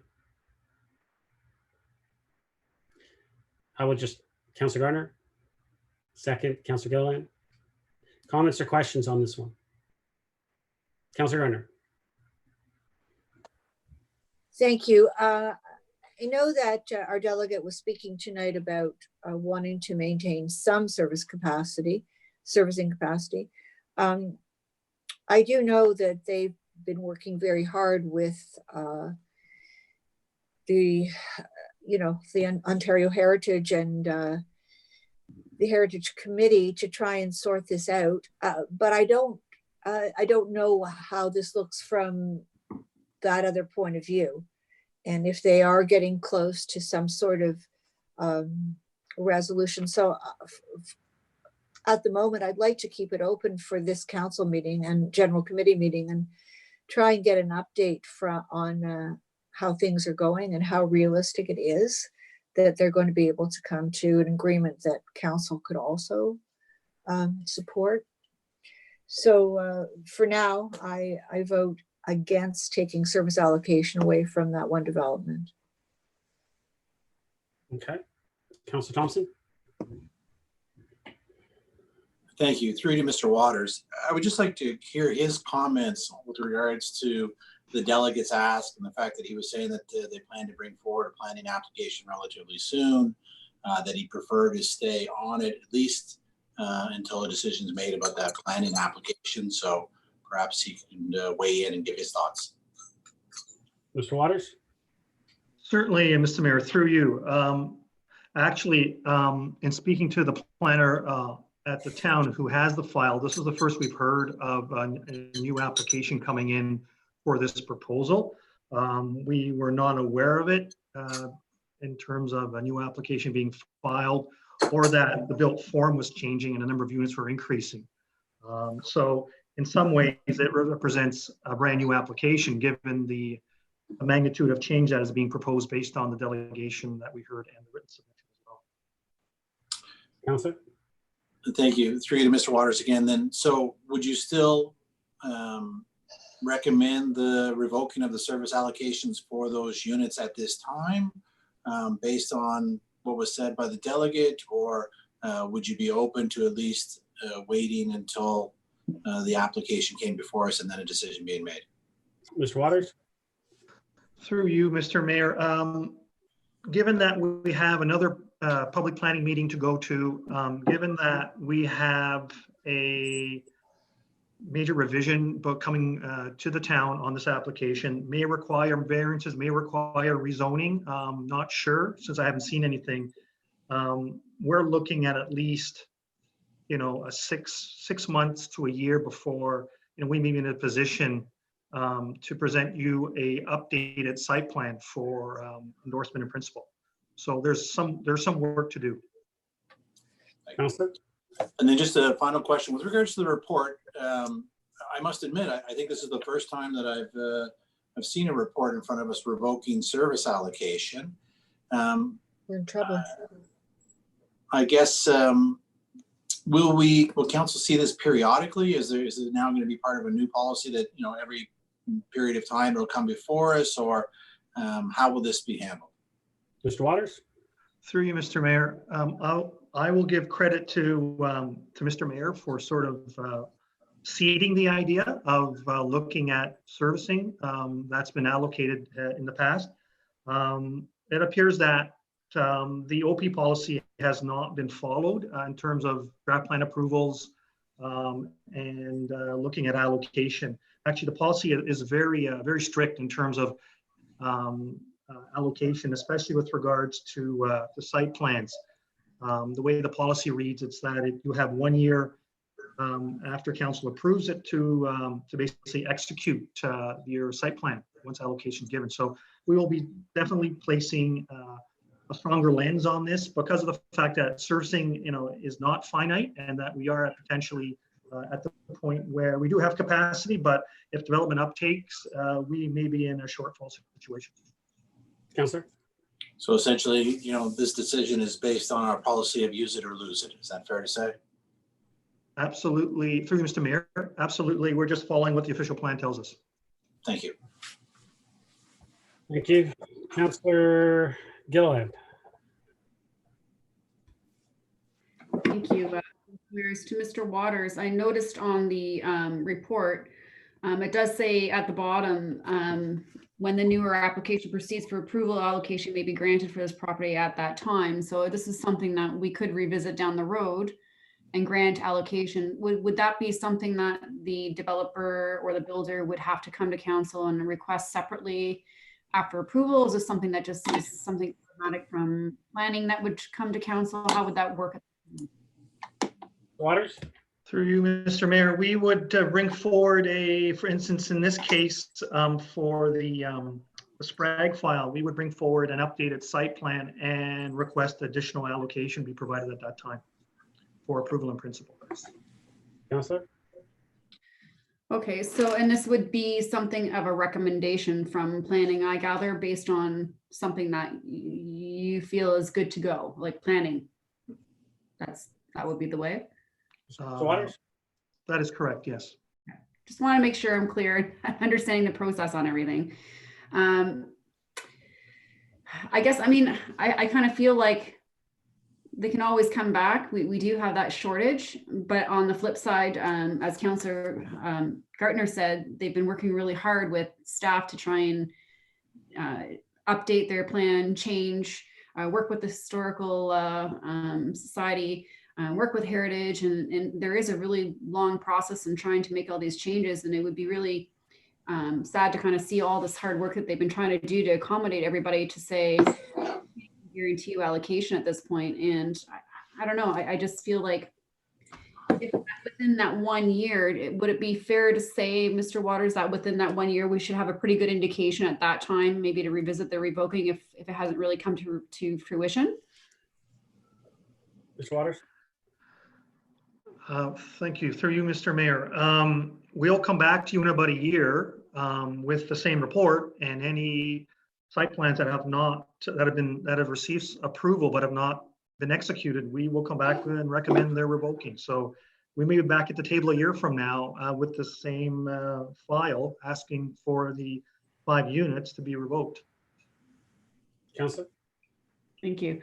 So, I mean, listening to that, I just feel like I wouldn't want to disturb the momentum of this file moving forward, and, you know, putting them in a spot where they might not have that and extending them for the following year and coming back and renewing the allocation at that time. I don't think is a very onerous thing for us to do as council. So I would be in favor of what Councillor Gartner was saying, and to allow the applicant of 13536 to at least extend for another year, since they seem to have at least a plan coming forward in July that may actually, you know, get the ball moving forward. So that would be, I mean, I'll listen to what other council members have to say around the table first, but that would be something I'd want to see moving forward. Councillor Kim and then Councillor Gallo. Councillor Kim? Thank you, Mr. Mayor. Through you to Mr. Waters. So if I heard you correctly, after being approved at planning, the applicant, all applicants are aware that within 12 months that they have to submit their site plan. Mr. Waters?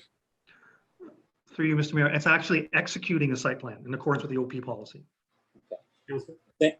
Thank you. And were they aware that their 12-month period is closely soon to be elapsed?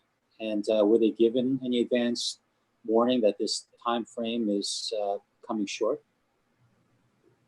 Mr. Waters? Through you, Mr. Mayor, yes, both Mr. Kara and Mr. Sprague were given notice of the revoking.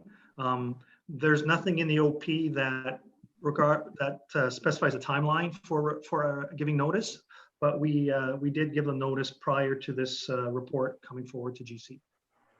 Councillor? So when you said prior to this report coming, you mean like they received like 1 or 2 weeks notice? Mr. Waters? So that's correct. Okay, I mean, I do feel for the applicant in that they haven't, you know, they put in a lot of effort to getting this far, but at the same time, they knew the timelines well in advance. You know, regardless of whether we give them 1 week notice or a month notice, they should have communicated directly with staff that something is in the hopper.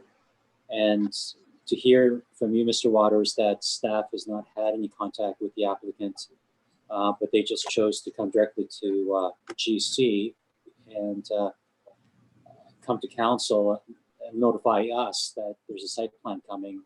You know, that's not very responsible of them. And so I want to be empathetic, but you know, what's the cost of us not revoking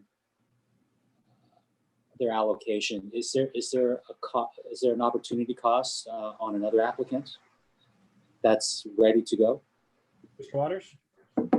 Through you, Mr. Mayor. Not at this time. We have about 1,600 units that we have available for allocation or for assignment that has not been allocated to a particular development in the system. So there is capacity available at this time for about 1,600 units.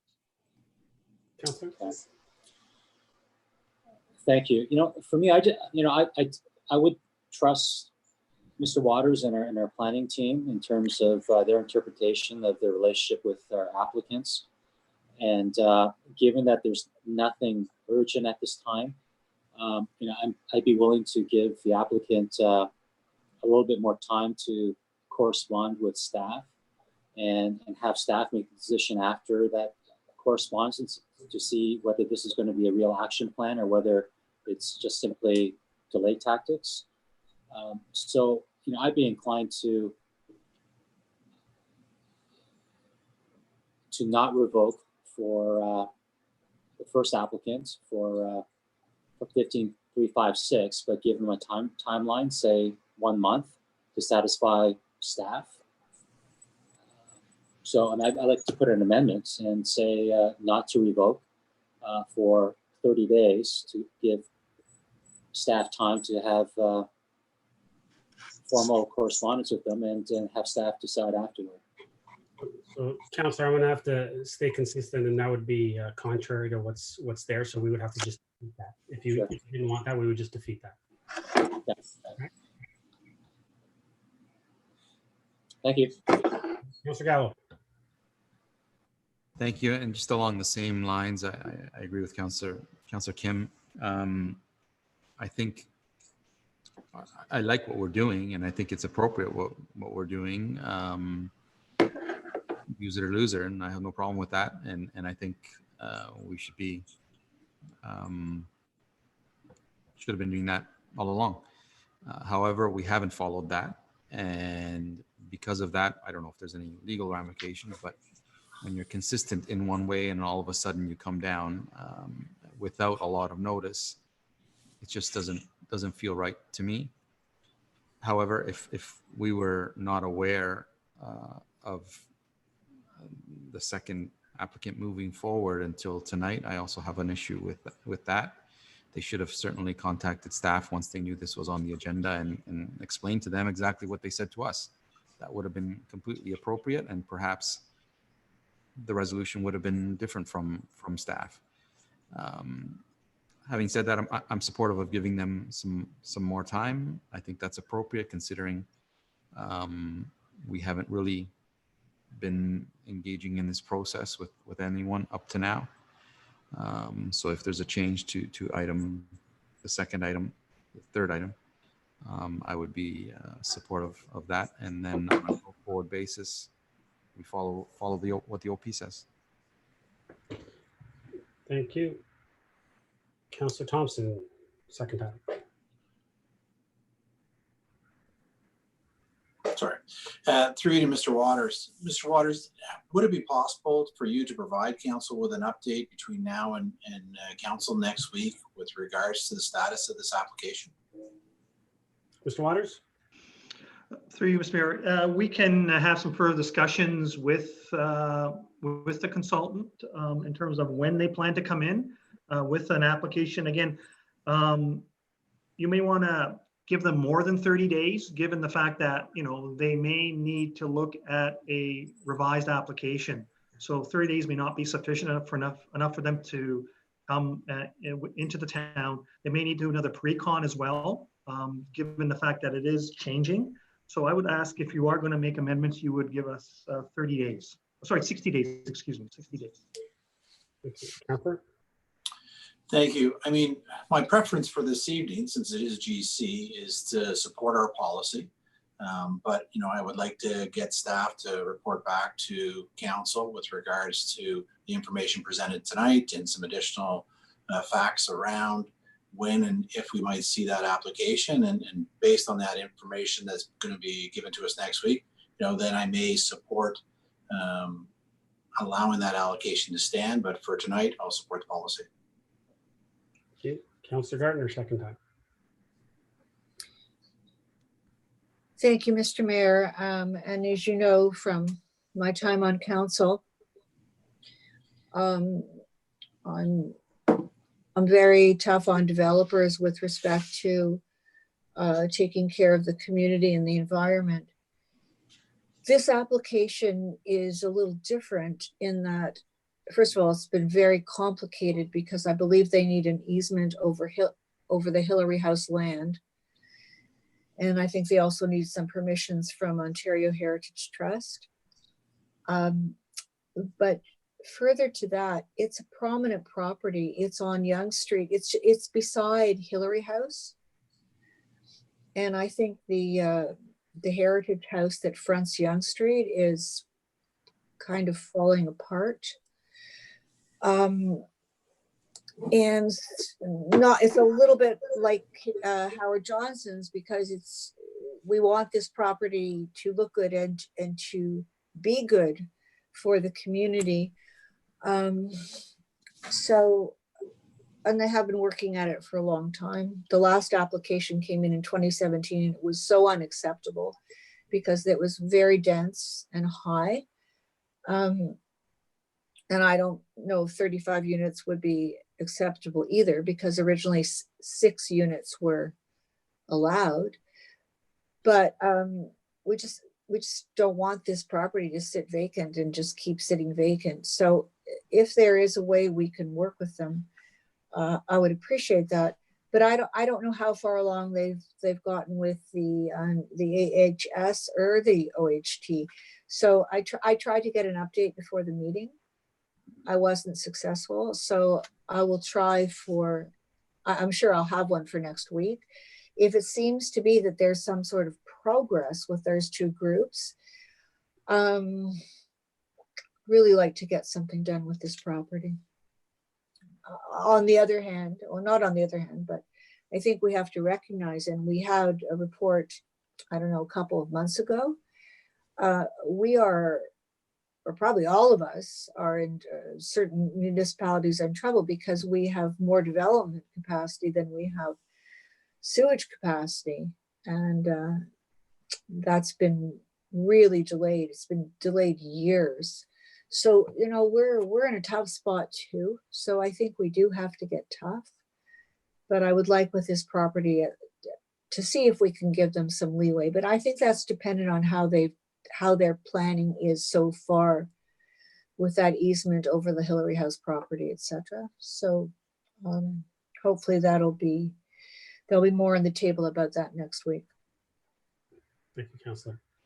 Mr. Waters, my understanding is this application submitted 14, I'm reading from the report, 14 years ago, and it was approved 10 years ago, November. Yeah.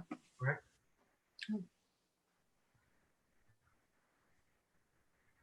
Through you, to you, Mr. Mayor, I believe the date of approval was 2009, November 2009. So it's had capacity for 9 years, just 5 townhouse units, but it was approved in terms of the site plan of 2009, which technically predates the current official plan policy. And thank you, and Mr. Waters. If we revoke the allocation, does that actually revoke their approval?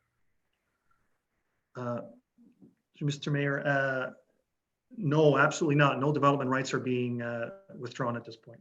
Thank you. And by revoking a water servicing allocation, does that stop the town from working with them with a new application coming in that they're looking at submitting and continuing to work with the applicant?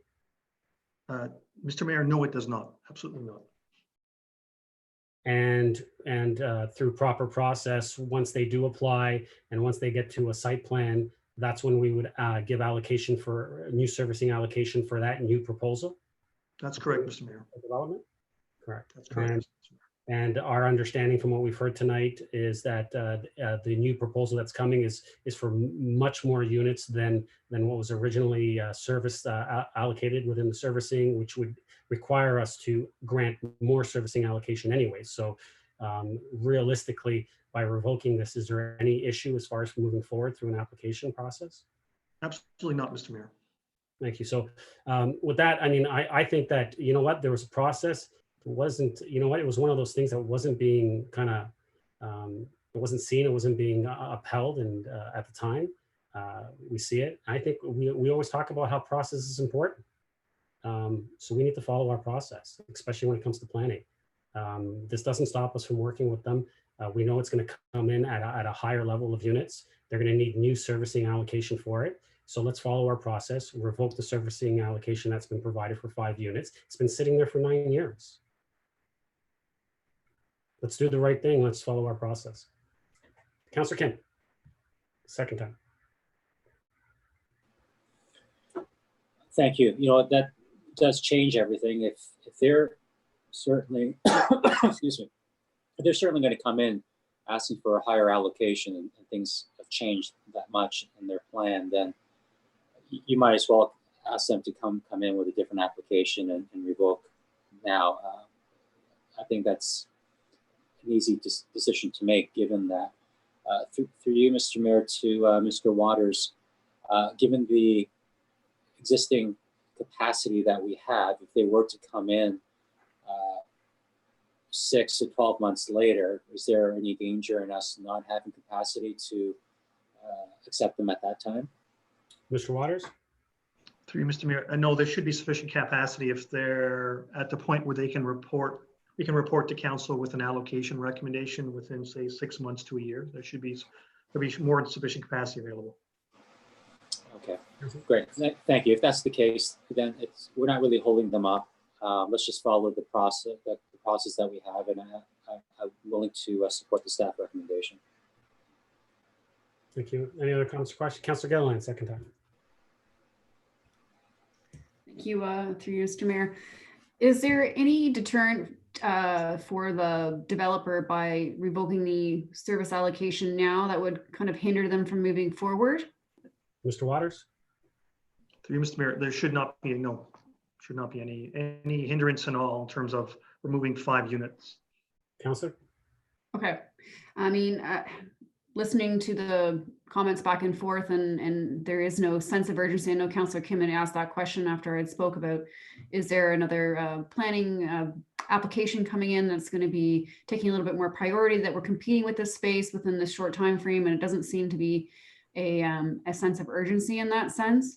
So I feel like, you know, with whether we delay 60 days, as Mr. Waters had suggested, if that's where we went, is not really going to make a big, huge difference. I think we'll kind of have an idea of where the planning stages will be with this project by then, if they are going to submit by July.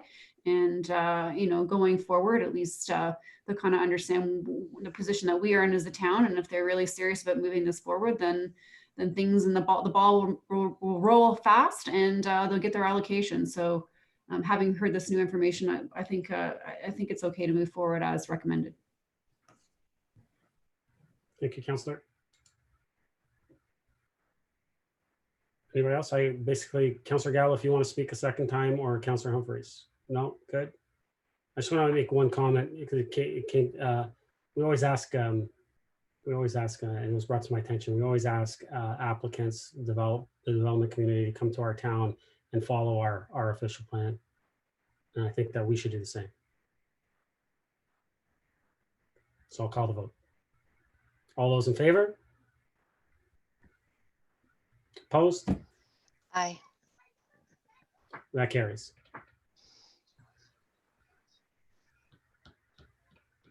All right, council, we will move to R8. One sec, I'm just pulling back up my.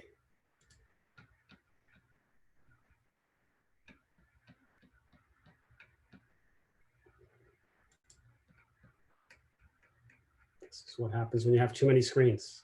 Thank you, Mr. Clerk. All right, capital project number 34527 Young Street at Wellington Street, right turn lane intersection improvement, proposed capital budget increase. 1, that report number PDS 20-037 be received.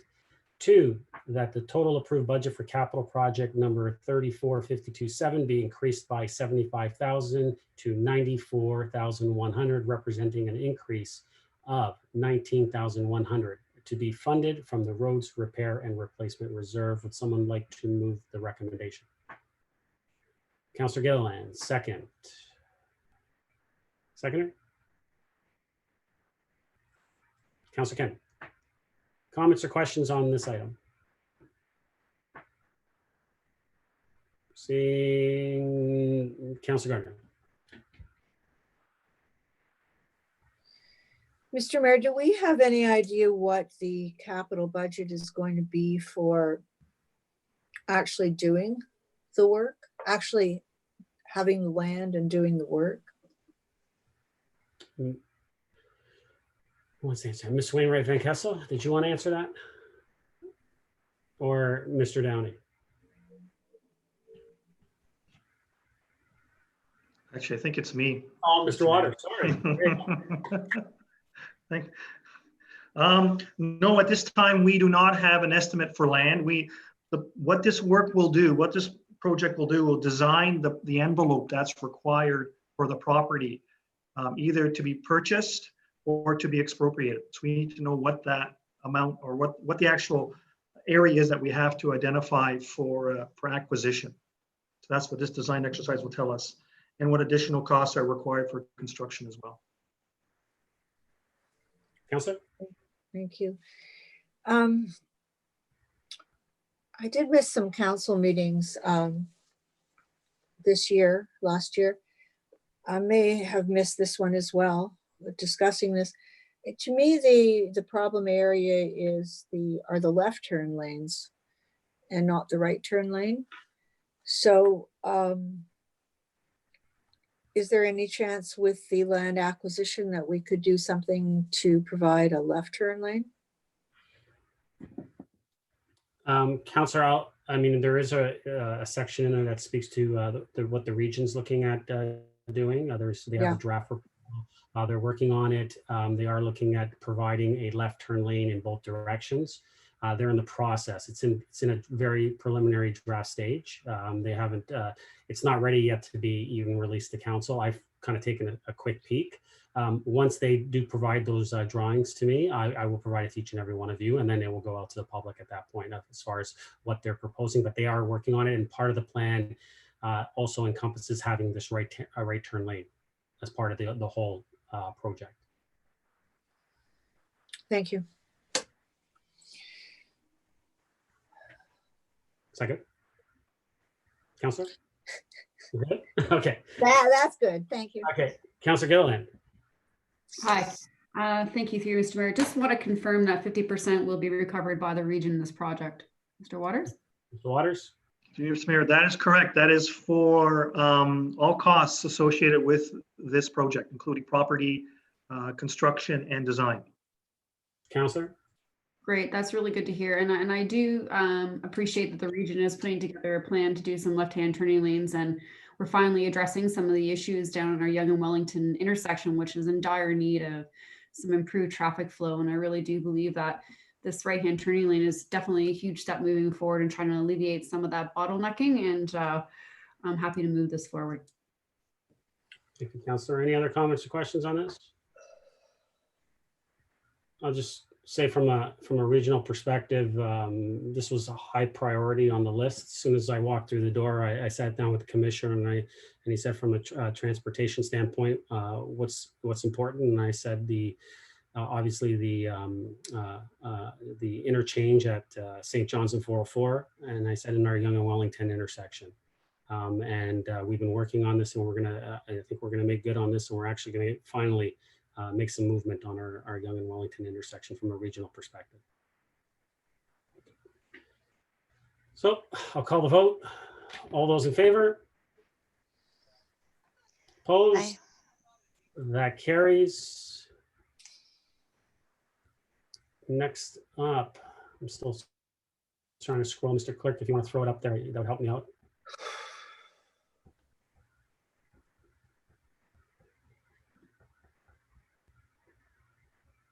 Thank you. R9, application for official plan amendment, zoning bylaw amendment, and draft plan of subdivisions, Shining Hill Estate Collections, 306, 370, 434, and 488 St. John Side Road. File numbers OPA-2018-01, ZBA-2018-02, and sub 2018-02. And just give me 1 second here.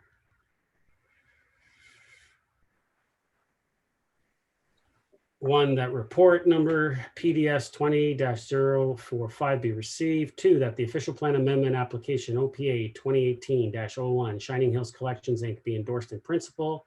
To A, amend Schedule AA of OPA 37 to redesignate the subject lands from suburban residential SR1 core area open space and supporting area open space to suburban residential SR2 and core area open space COS-1.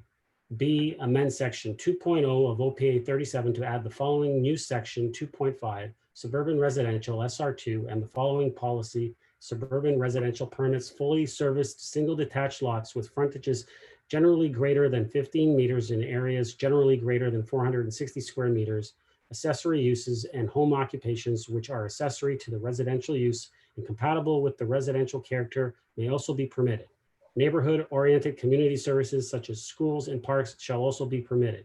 C, amend section 2.0 of OPA 37 to add the following new section 2.6, core area open space COS-1, and the following policy: the core area open space designation permits lands that are open space, approved stormwater management ponds, and approved road and municipal service crossings. Other than the above permitted services, this area shall remain in its natural state with only passive recreation uses permitted. 3, that zoning bylaw amendment application ZBA 2018-02 Shining Hills Collections Inc. be approved to rezone the subject lands from Oak Ridge's Moraine Rural General RU-ORM to detached third density residential exception zone R3-XX, private open space O2-XX, Oak Ridge's Moraine RM. 4, that the draft plan of subdivision application sub 2018-02 Shining Hills Collections Inc. to create 8 blocks be approved, subject to the conditions listed in Schedule A to this report. 5, that the council grant an allocation of 291 persons from the reserve to service the development of 90 single detached dwellings on the approved draft plan of subdivision. 6, that the implementing official plan amendment be forwarded to the Region of York for approval. 7, that the zoning bylaw amendment ZBA-2018-02 be brought forward to a future council meeting after the implementing official plan amendment is approved by the Region of York. Would anyone like me to repeat that before I ask for a mover? Someone like to move the recommendation? Councillor Gilliland, second by Councillor Thompson. Comments or questions to the item? Going once, going twice. Councillor Gallo, and then Councillor Gardner. Can you just confirm recommendation 2? You had read in that last part to endorse in principle. However, I think that's not what is before us. And Councillor, I think you're correct. I'm reading the old version, so I appreciate that. Thank you for pointing that out. Mr. Clerk, so that the official plan amendment application OPA 2018-01 Shining Hills Collections Inc. Can you finish that off for me, because I have the old version in front of me. Absolutely. Just 1 second, Mr. Mayor.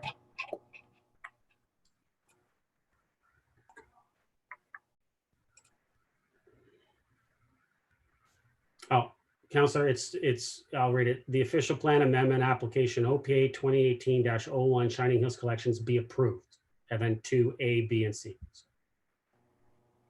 That's correct. Thank you, Councillor. Is there any comments or questions, Councillor Gallo? No. Okay. Councillor Gardner. You're on mute. I'll get that right one of these days. I spent a lot of time hours actually with the planning application, watching it.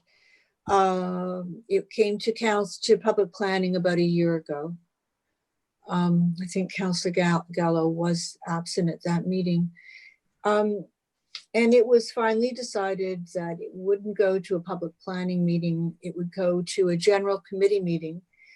There were many reasons, but one was to give the developer a chance to listen to the comments and hopefully to rework the application. So could I just ask Mr. Waters, the only thing that I can see is that instead of 92 homes, it's down to 90 homes.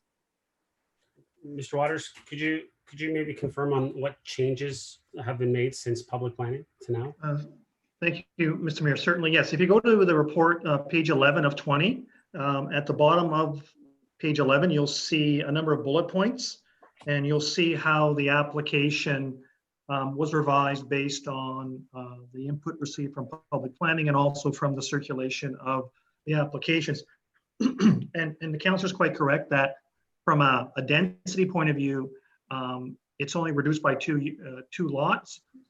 But in terms of rearranging the lot fabric, the plan now has the larger lots flanking St. John's Side Road.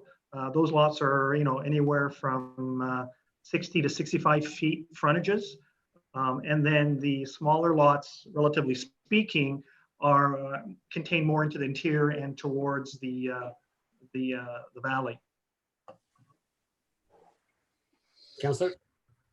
Sorry, yes, that's fine. Thank you. Councillor? Thank you. The fact remains that this area is on the Oak Ridges Moraine, and it's not supposed to be intensified.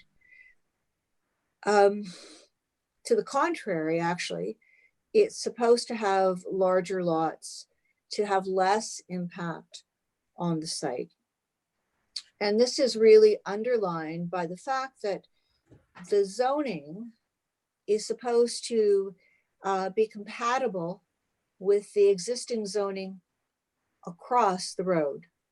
So on the south side of St. John's Side Road. And Mr. Gibbons said he had never seen anything like this, where you had to match the zoning on another side of a main street. But it just shows you how important this land is.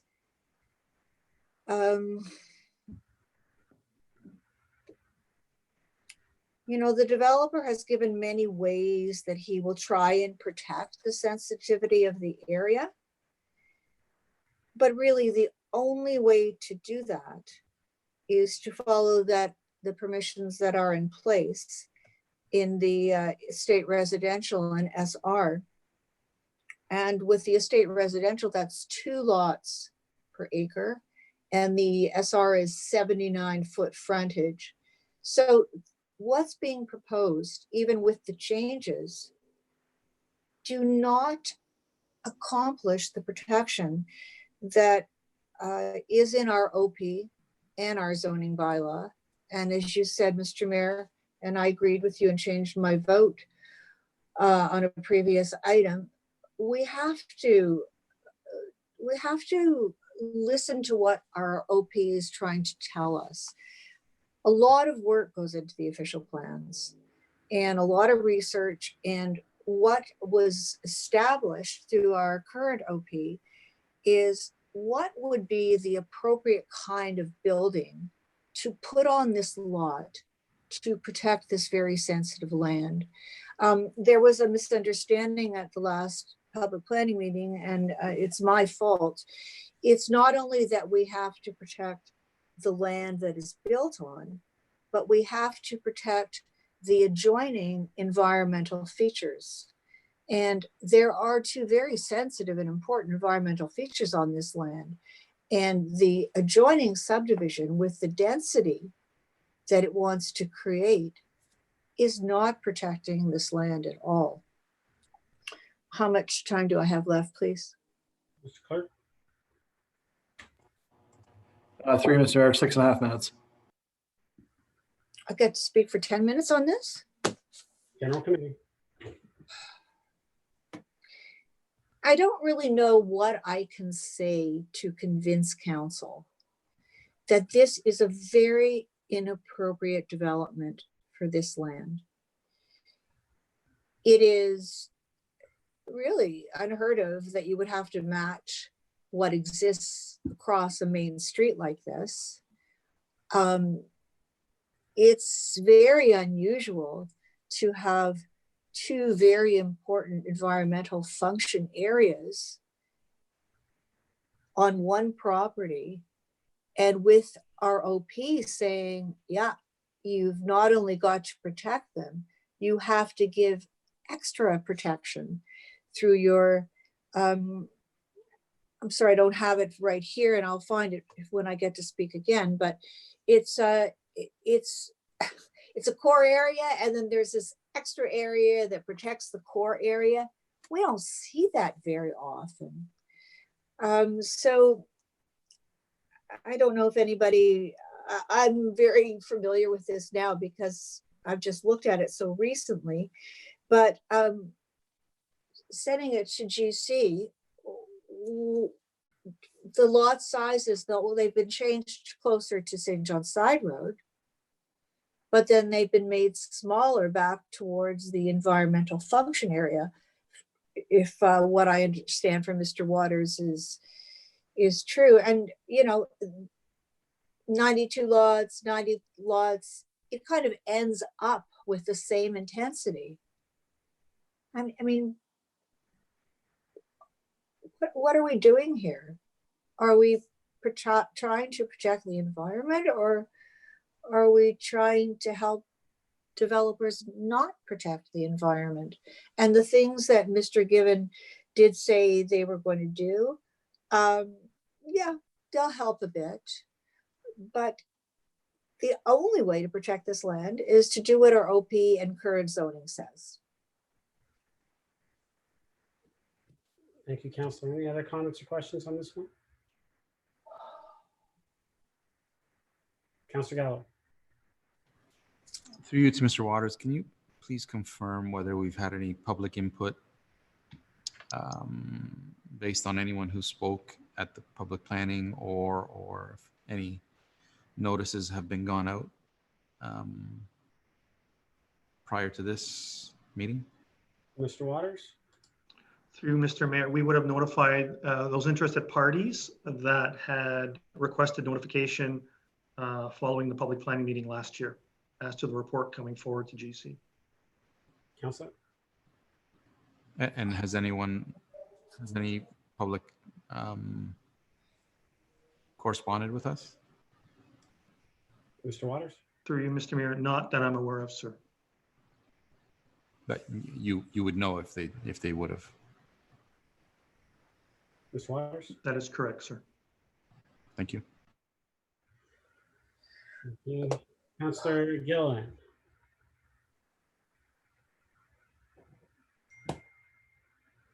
Thank you, through you, Mr. Mayor. To Mr. Waters, I know that we had this public planning meeting before and we had some of a discussion on this, but can you confirm that the Lake Simcoe Conservation Authority had no objections to the plan? Mr. Waters? Through you, Mr. Mayor, yes, that is correct, subject to the draft conditions that are contained in the report. Lake Simcoe has no objection to the plan moving forward, as long as those draft conditions are satisfied prior to the final agreement being executed. Thank you. And through Mr. Mayor to Mr. Waters, with the policy planning, it is following our OPA and following those guidelines for what we under the town of Aurora. Oh, Mr. Waters? Through you, Mr. Mayor, you'll see at the back of the report in the appendix that we do a policy analysis for the Oak Ridges Moraine in particular, and we are following those policies regarding the impact to the moraine and the appropriate studies that are required to be undertaken. Council? Thank you. And I just kind of want to clarify with some of the zoning requests that they're doing, that in fact, part of the property, they're strengthening the environmental protection on part of their property. Is that correct? Mr. Waters?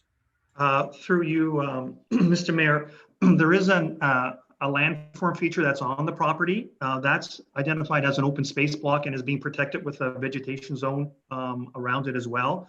That is called a seep. That's the only natural feature that's been identified on the property. It basically is a spring, for lack of a better description, and that is being protected with an open O2 zoning provision. Councillor?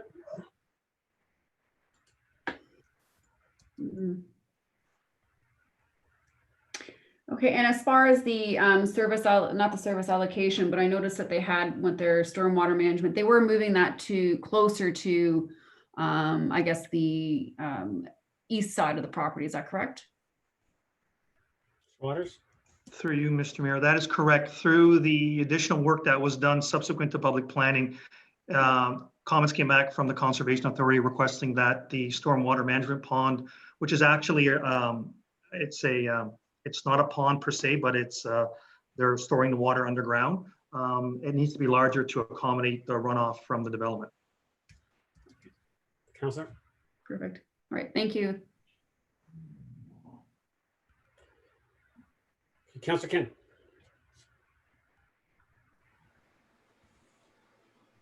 Thank you. Through you, Mr. Waters, if I recall, when they last came to planning, did the applicant, are they still planning on building the sidewalk on St. John's Side Road, connecting out west, connecting the Brentwood Estates neighborhood to this area of St. John's? Because I know a lot of the residents in Brentwood and the adjoining subdivision, they're complaining about traffic and the speed and safety issues, and they've been dialoguing with council for many years regarding that. And this applicant said that they would build a sidewalk to help everybody out. Is that still in place? Mr. Waters? So, Mr. Mayor, that is not, my understanding, that is not going to happen because the region is not asking for it as part of the draft plan condition. Councillor Kim? Okay.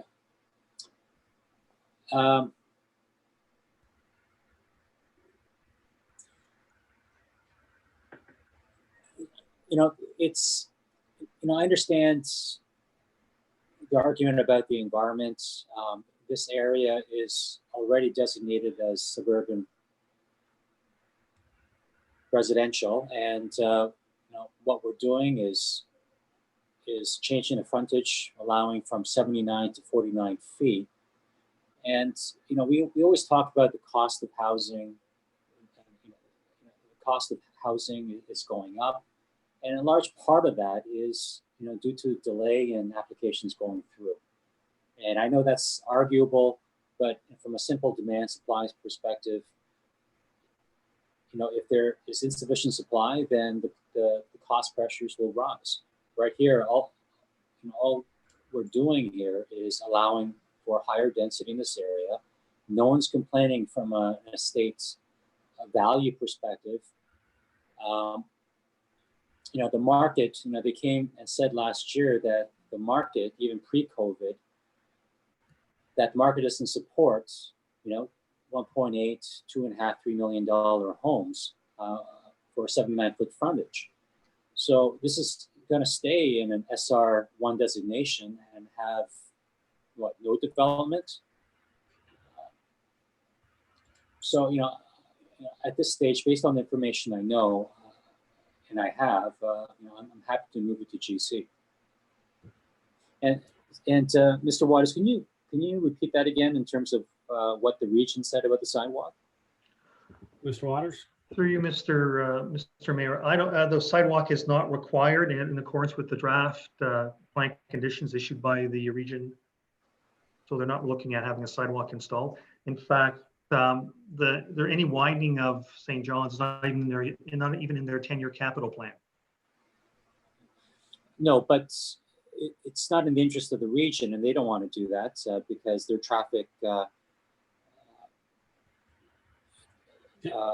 tests, I say it's not necessary, but I recall that the applicant said that they would do it at their cost, and they would develop a sidewalk. So, Councillor, I'll just add that the region, the applicant I know is working with the region and constantly trying to see if we can look at, there's two things I know that the public came out to that public planning meeting about trying to cross the street as well. And so we're looking at whether a crosswalk or whether lights will be put in there at somewhere within there, and also the sidewalk running along. I know that the through the conversations, the applicant has no problem putting in the sidewalk or even putting in the stoplights. It's up to the region now at this point. So it doesn't look favorable from a regional standpoint, but we're gonna, I mean, if that's what we want and that's what we'd like, we're gonna keep fighting to try to push that to get that in there. Yeah, so I mean, like, I don't understand why the region wouldn't approve it if they're not paying for it, and even if they say there's no need for it, if the local residents want it, I don't see why not. But I mean, that's besides the point. But I thought that was a generous offer from the builder, so which is the reason I bring it up. Yeah, I'm in favor of the staff recommendation. Thank you. Thank you. Any other comments, questions on this one? Councillor Gardner, second time.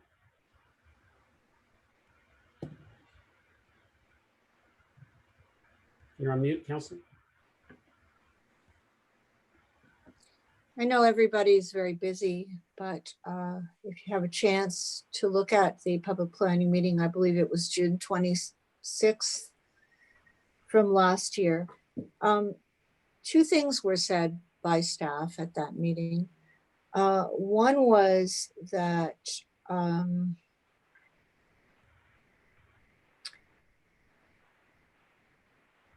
if we were to follow our own official plan and zoning, the density of this subdivision would be reduced by about 50%. So we are increasing the density that is recommended by 100%. The second thing that was said was that by staff, the intent is to protect the natural heritage that is here today. There is no way that this development can protect the natural heritage that exists. And this is an extremely important environmental functioning piece of property.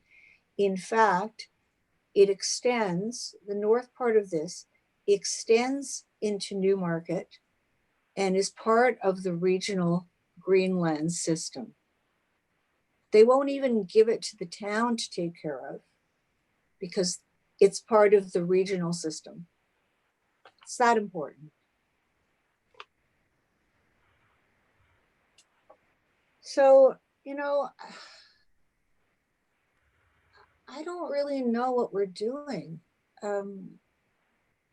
Just a comment with respect to Lake Simcoe, I believe that was raised. Lake Simcoe has a completely different mandate. They watch the quality, the quantity of the water, the aquatic species that are present,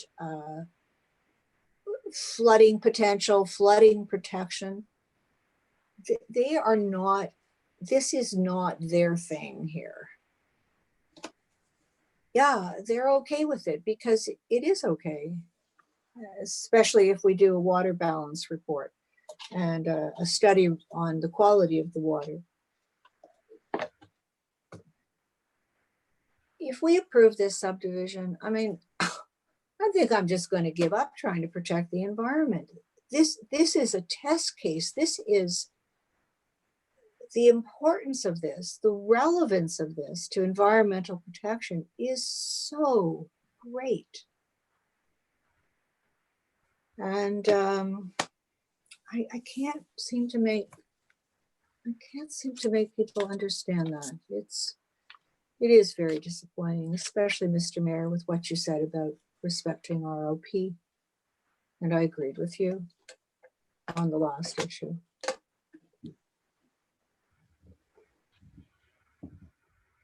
Any other comments or questions on that one? Councillor Kim, second time.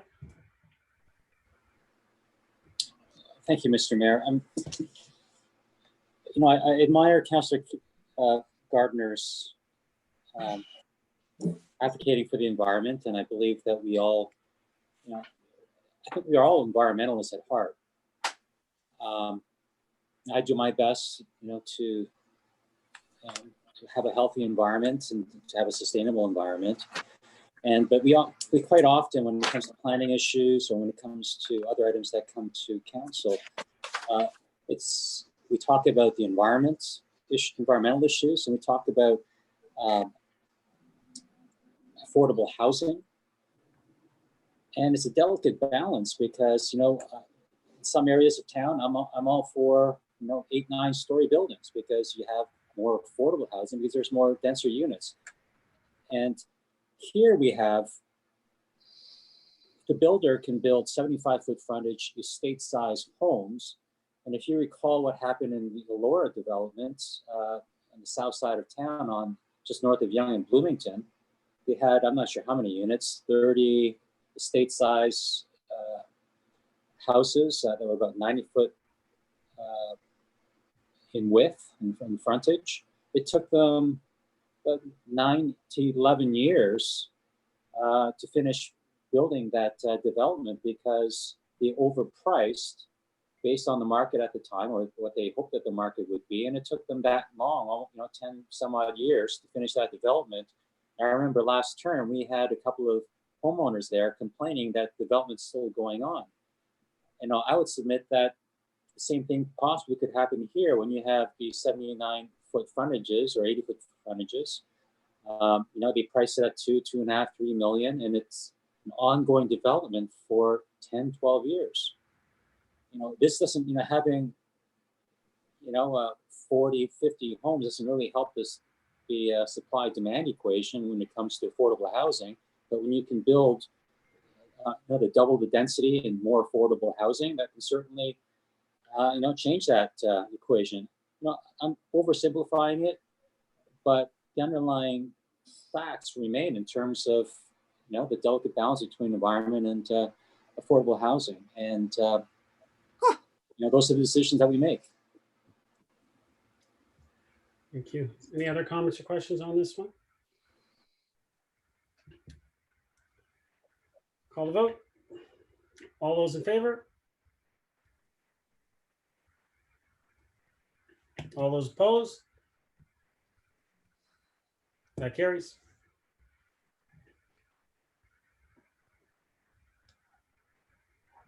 All right, notice of motion. We have 2 because we had the added one. We'll deal with them next week. New business. I'll go around. Councillor Gallo, new business? No. Councillor Gardner, new business? Mute. Councillor Gardner, you're on mute. I'm wondering about, are we, unless I've missed it, are we going to get a report on the additional costs for the Joint Operations Center and the costs for the 3rd floor move-in? Mr. CO? So, Mr. Chair, that will come in the form of a capital closing report when the project is completed. There's a few things still outstanding on the long list of items, but it'll be part of a capital close report. Councillor? Thank you. I also, Mr. CEO, you might know this, had asked that the lights leading to the road on Mosaics, past the old Canadian Tire, I'd asked that staff try and figure that out for the safety of the residents who are walking into that subdivision. I don't know if the lights have been turned on. I don't know if anybody can give me an update on that. Councillor, which side are we talking about, just so we're straight? Are you talking about the ones that are on the old Canadian Tire side? North side of the, south side of the property. There is a road that's more an emergency road, I suppose. Yes. Because there had to be 2 entrances and exits. The residents came to us many years ago and they asked if they could have some lighting there because it was dangerous, and especially the women were uncomfortable walking in at night. They felt it was dangerous, whether it was or not. And so when Canadian Tire was there, we had an agreement with them. I think the town shared some costs and Canadian Tire shared some costs. So since Canadian Tire has been gone, there are no lights. The issue of safety and walking in the dark still remains. And I had asked at the council table if we could look into that. Mr. Sale, do you have an update on that? Through you, Mr. Mayor, I'll have to get back to the councillor on that. I know exactly the lights that she is speaking of, and their use is somewhat sporadic. They go on for a long period of time, and then all of a sudden they don't seem to get turned on, and we kind of have to ask a question. I believe the light itself is controlled by Canadian Tire, but the councillor is correct. There was some arrangement way back where the town provided the lights, I think, or something like that. So I'll look into it further though and update. Councillor? Thank you very much. I'm finished. Thank you. Councillor Kim, new business? Councillor Humphreys? No, thank you. Okay. Councillor Gilliland? New business? Go ahead. Thank you, Mr. Mayor. Just something real quick. I was in attendance of one of the teletown halls with Minister McLeod about the arts and culture sector was encompassing heritage tourism and sport. And some big news she had announced is that $13 million was allocated towards a tourism recovery and marketing plan, which I thought was very interesting. And I was excited to learn that $500,000 that was allocated towards initiatives in York Region. I don't know what the specifics are of that breakdown, but I have asked for a little bit more detail on that. And also what was a great announcement is that they did finally launch the website called ontario.live, a very interesting website where you could showcase your art, your music, shows, etc. So I really encourage everybody to check it out. I would go to https://ontario.live and you'll be directed to their website. Thank you. Any other new business? Councillor Thompson, new business? I'm going to take that as a no. Public service announcements. Council, I wasn't able to get them out to you. Normally, as we said, we spread them out. Councillor Thompson, did you have new business? No. Public service announcement, did you have any? No. Councillor Humphreys? Yes, Mr. Mayor. As you know, the Aurora Farmers Market has launched successfully, and we're on to our 4th week coming up. The good news is this week the artisans will be joining in. The public health has approved artisans joining. So this Saturday, beginning at 9 to 1 p.m., you'll have get to enjoy artisans along with the farmers. It's been really well run by the farmers market. They've done a great job to adhere to all the new requirements to run a safe and healthy market. In fact, just to share with everyone, I want to thank staff. I believe John Furman was part of a conference call with your farmers market, helping the Toronto farmers market and part of the St. Lawrence market reopen as well. A couple of weeks ago, they used our format as a template. So again, just want to thank, Ms. McDougall, Mr. Downey, Ms. Van Leeuwen. I'm sorry if I forget anyone. Just did a great job with putting that together for us. And it's been really done well. The residents have been thrilled, and the farmers and now the artisans will have a really great time attending every Saturday at the farmers market. So thanks so much for your help. Thank you, Councillor. Councillor Gilliland, PSA?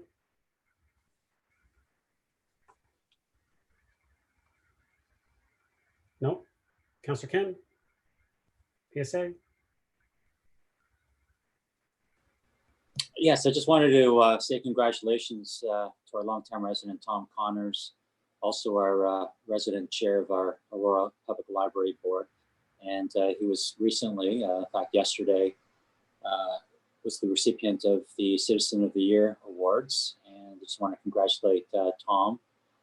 He's done a lot of volunteer work for the town. And I just want to make mention of Tom and his great work. Absolutely. Thank you, Councillor Kim. Councillor Gardner, PSA. It's Pride Month, and it's all about protesting and promoting protesting discrimination, I would say, and promoting anti-discrimination. We've heard a lot about this kind of issue with respect to other populations. So the goal is to promote dignity, equal rights, self-affirmation, and to increase society's awareness of inclusiveness. So I congratulate our York Region Police. They were one of the first police in Canada to raise the pride flag. I've also been in touch with Miss Shilolo for an update on the butterfly garden. And I would just want to read something that she wrote in her email. In times like these, thinking about butterfly gardens is a very refreshing and welcome change. So I look forward to this butterfly garden eventually coming to the wildlife park. Thank you, Councillor Gardner. Councillor Gallo, PSA? No? Okay. Bear with me, Council, for a few of them. I didn't get them out to you guys. A reminder that due to the ongoing risks associated with COVID-19 and in the interest of public safety, the town of Aurora has canceled all previously scheduled town summer camp and aquatic programs. Full refunds will be issued to all registered participants. For more info, visit aurora.ca/summercamps and aurora.ca/aquatics. Councillor Garner, you mentioned it's Pride Month. I will say that I do have a surprise coming up in regards to that, and I'll let you know. I'll let you all in on that very, very shortly. We know better decisions are made when our community provides input, and we want to make that easy, which is why we have launched a new online community engagement platform. Engage Aurora is a 24/7 digital platform where you can share your feedback on a variety of town projects, both when and where you want. Contribute your ideas and ask questions about featured projects at times that work best for you. Visit engageaurora.ca to get started. The town of Aurora is looking for up to 4 members of our community to serve on the official plan review committee, community steering committee. We are looking for a diverse representation from the community, each member bringing a different opinion and voice to the project. And if you want to share your voice and be part of Aurora's official plan review and help shape the Aurora of tomorrow, please download and complete the community steering committee application form available at engageaurora.ca/OPR. Deadline for submissions is June 30. The town has launched a business visitation program to provide assistance to Aurora businesses as they move forward to recovery. Town staff will be reaching out to businesses to schedule visits and outreach calls. An online intake form is also available on the town's website for businesses to submit a request for an in-person visit or outreach call. For more information, please visit aurora.ca/business support. Are you or someone you know struggling during this difficult time? Learn about local supports available to you and how to get help when you need it. Download the Aurora Cares Community Resource Guide now at aurora.ca/auroracares. Each month, the town of Aurora's online Skylight Gallery features a new exhibit. And throughout the month of June, you're invited to join artists Christine Shinfook and Tina Sanders as they show us the different types of mediums they have been experimenting with while enjoying the process of play. The viewer can expect to go on a visual journey of color and texture when they visit the show. To view the exhibit, visit aurora.ca/skylight gallery. And looking for ways to keep active and engaged at home, check out our Recreation at Home webpage. This page is a curated collection of helpful, healthy, educational, and fun ideas for the whole family to enjoy. For more details, visit aurora.ca/rec at home. And looking for something amazing to do on Canada Day, we are not having the parade, but there's lots to do. And if you can join us for an NHL 20 PS4 Canada Day tournament. Players of all ages are invited to compete against teams from other municipalities for free. The winning team will win a $600 cash prize. Sign up as a partial team, minimum of 3, as a full team of 6, or a solo player by June 25th. There is limited space, so do not delay. Registration details at aurora.ca/Canada Day. I also did want to mention, we did finish up our business continuity task force and our Aurora Community Cares action team, the business task force. We actually ended it on a very good note. We actually had the Premier came by, visited, sat down and chatted with the task force. It was an excellent conversation to hear from the Premier directly about the economic recovery happening not only in our community, but provincially. Also, just to let everyone know, I did speak to the Premier about stage 2 reopenings when we weren't in the first announcement. I said to him, Aurora needs to open. Our numbers are less than Bradford, and Bradford got to open. Our businesses are struggling. We need to enter that stage 2. And I was happy to see that they agreed. And on Monday, when they announced that we will be entering stage 2, so I'm very happy to hear that. And I think a lot of our businesses are, and we're working through that. And that brings me to my other point. We announced today that we are introducing our Aurora Outdoor Patio program. This is to get our restaurants, our bars up and running, to allow them to open and operate during stage 2, to have a little bit of patio to increase their business and their clientele. And we've made it easy. We've streamlined it, removed the red tape. Staff have done an excellent job. We've been working on this for months. When this pandemic hit, we went into recovery mode, said we need to figure out how do we come out of this, and staff have done an excellent job in developing this program, so that way when we do open, which is this Friday when it was announced, we were ready to go. And I've heard from a lot of businesses that have businesses in other municipalities as well, and they said that they're just blown away by how prepared the town is and how well our staff have done. And so I'll just give you some of the highlights. All application fees will be waived. Application fees for minor variances for patio expansions will be waived, and restaurants and bars that would like to expand or create patio space onto the sidewalk will have to enter into an encroachment agreement with the town and must maintain accessibility requirements. So we're doing whatever we can to make sure that we help them and that it's done in a safe manner and everyone is protected. And also as in regards to our process and policies, those will be adhered to as well. So looking forward to stage 2, and I'm sure everyone here is going to get a haircut next week. Hope so. No? Okay. I hope so. And with that, that is it. I will call for a motion to adjourn. Councillor Thompson, second. Aye. Councillor Humphreys, all those in favor? Aye. Opposed? That carries. We are adjourned. Thank you very much, Council. We'll see you around town and stay safe. Thank you.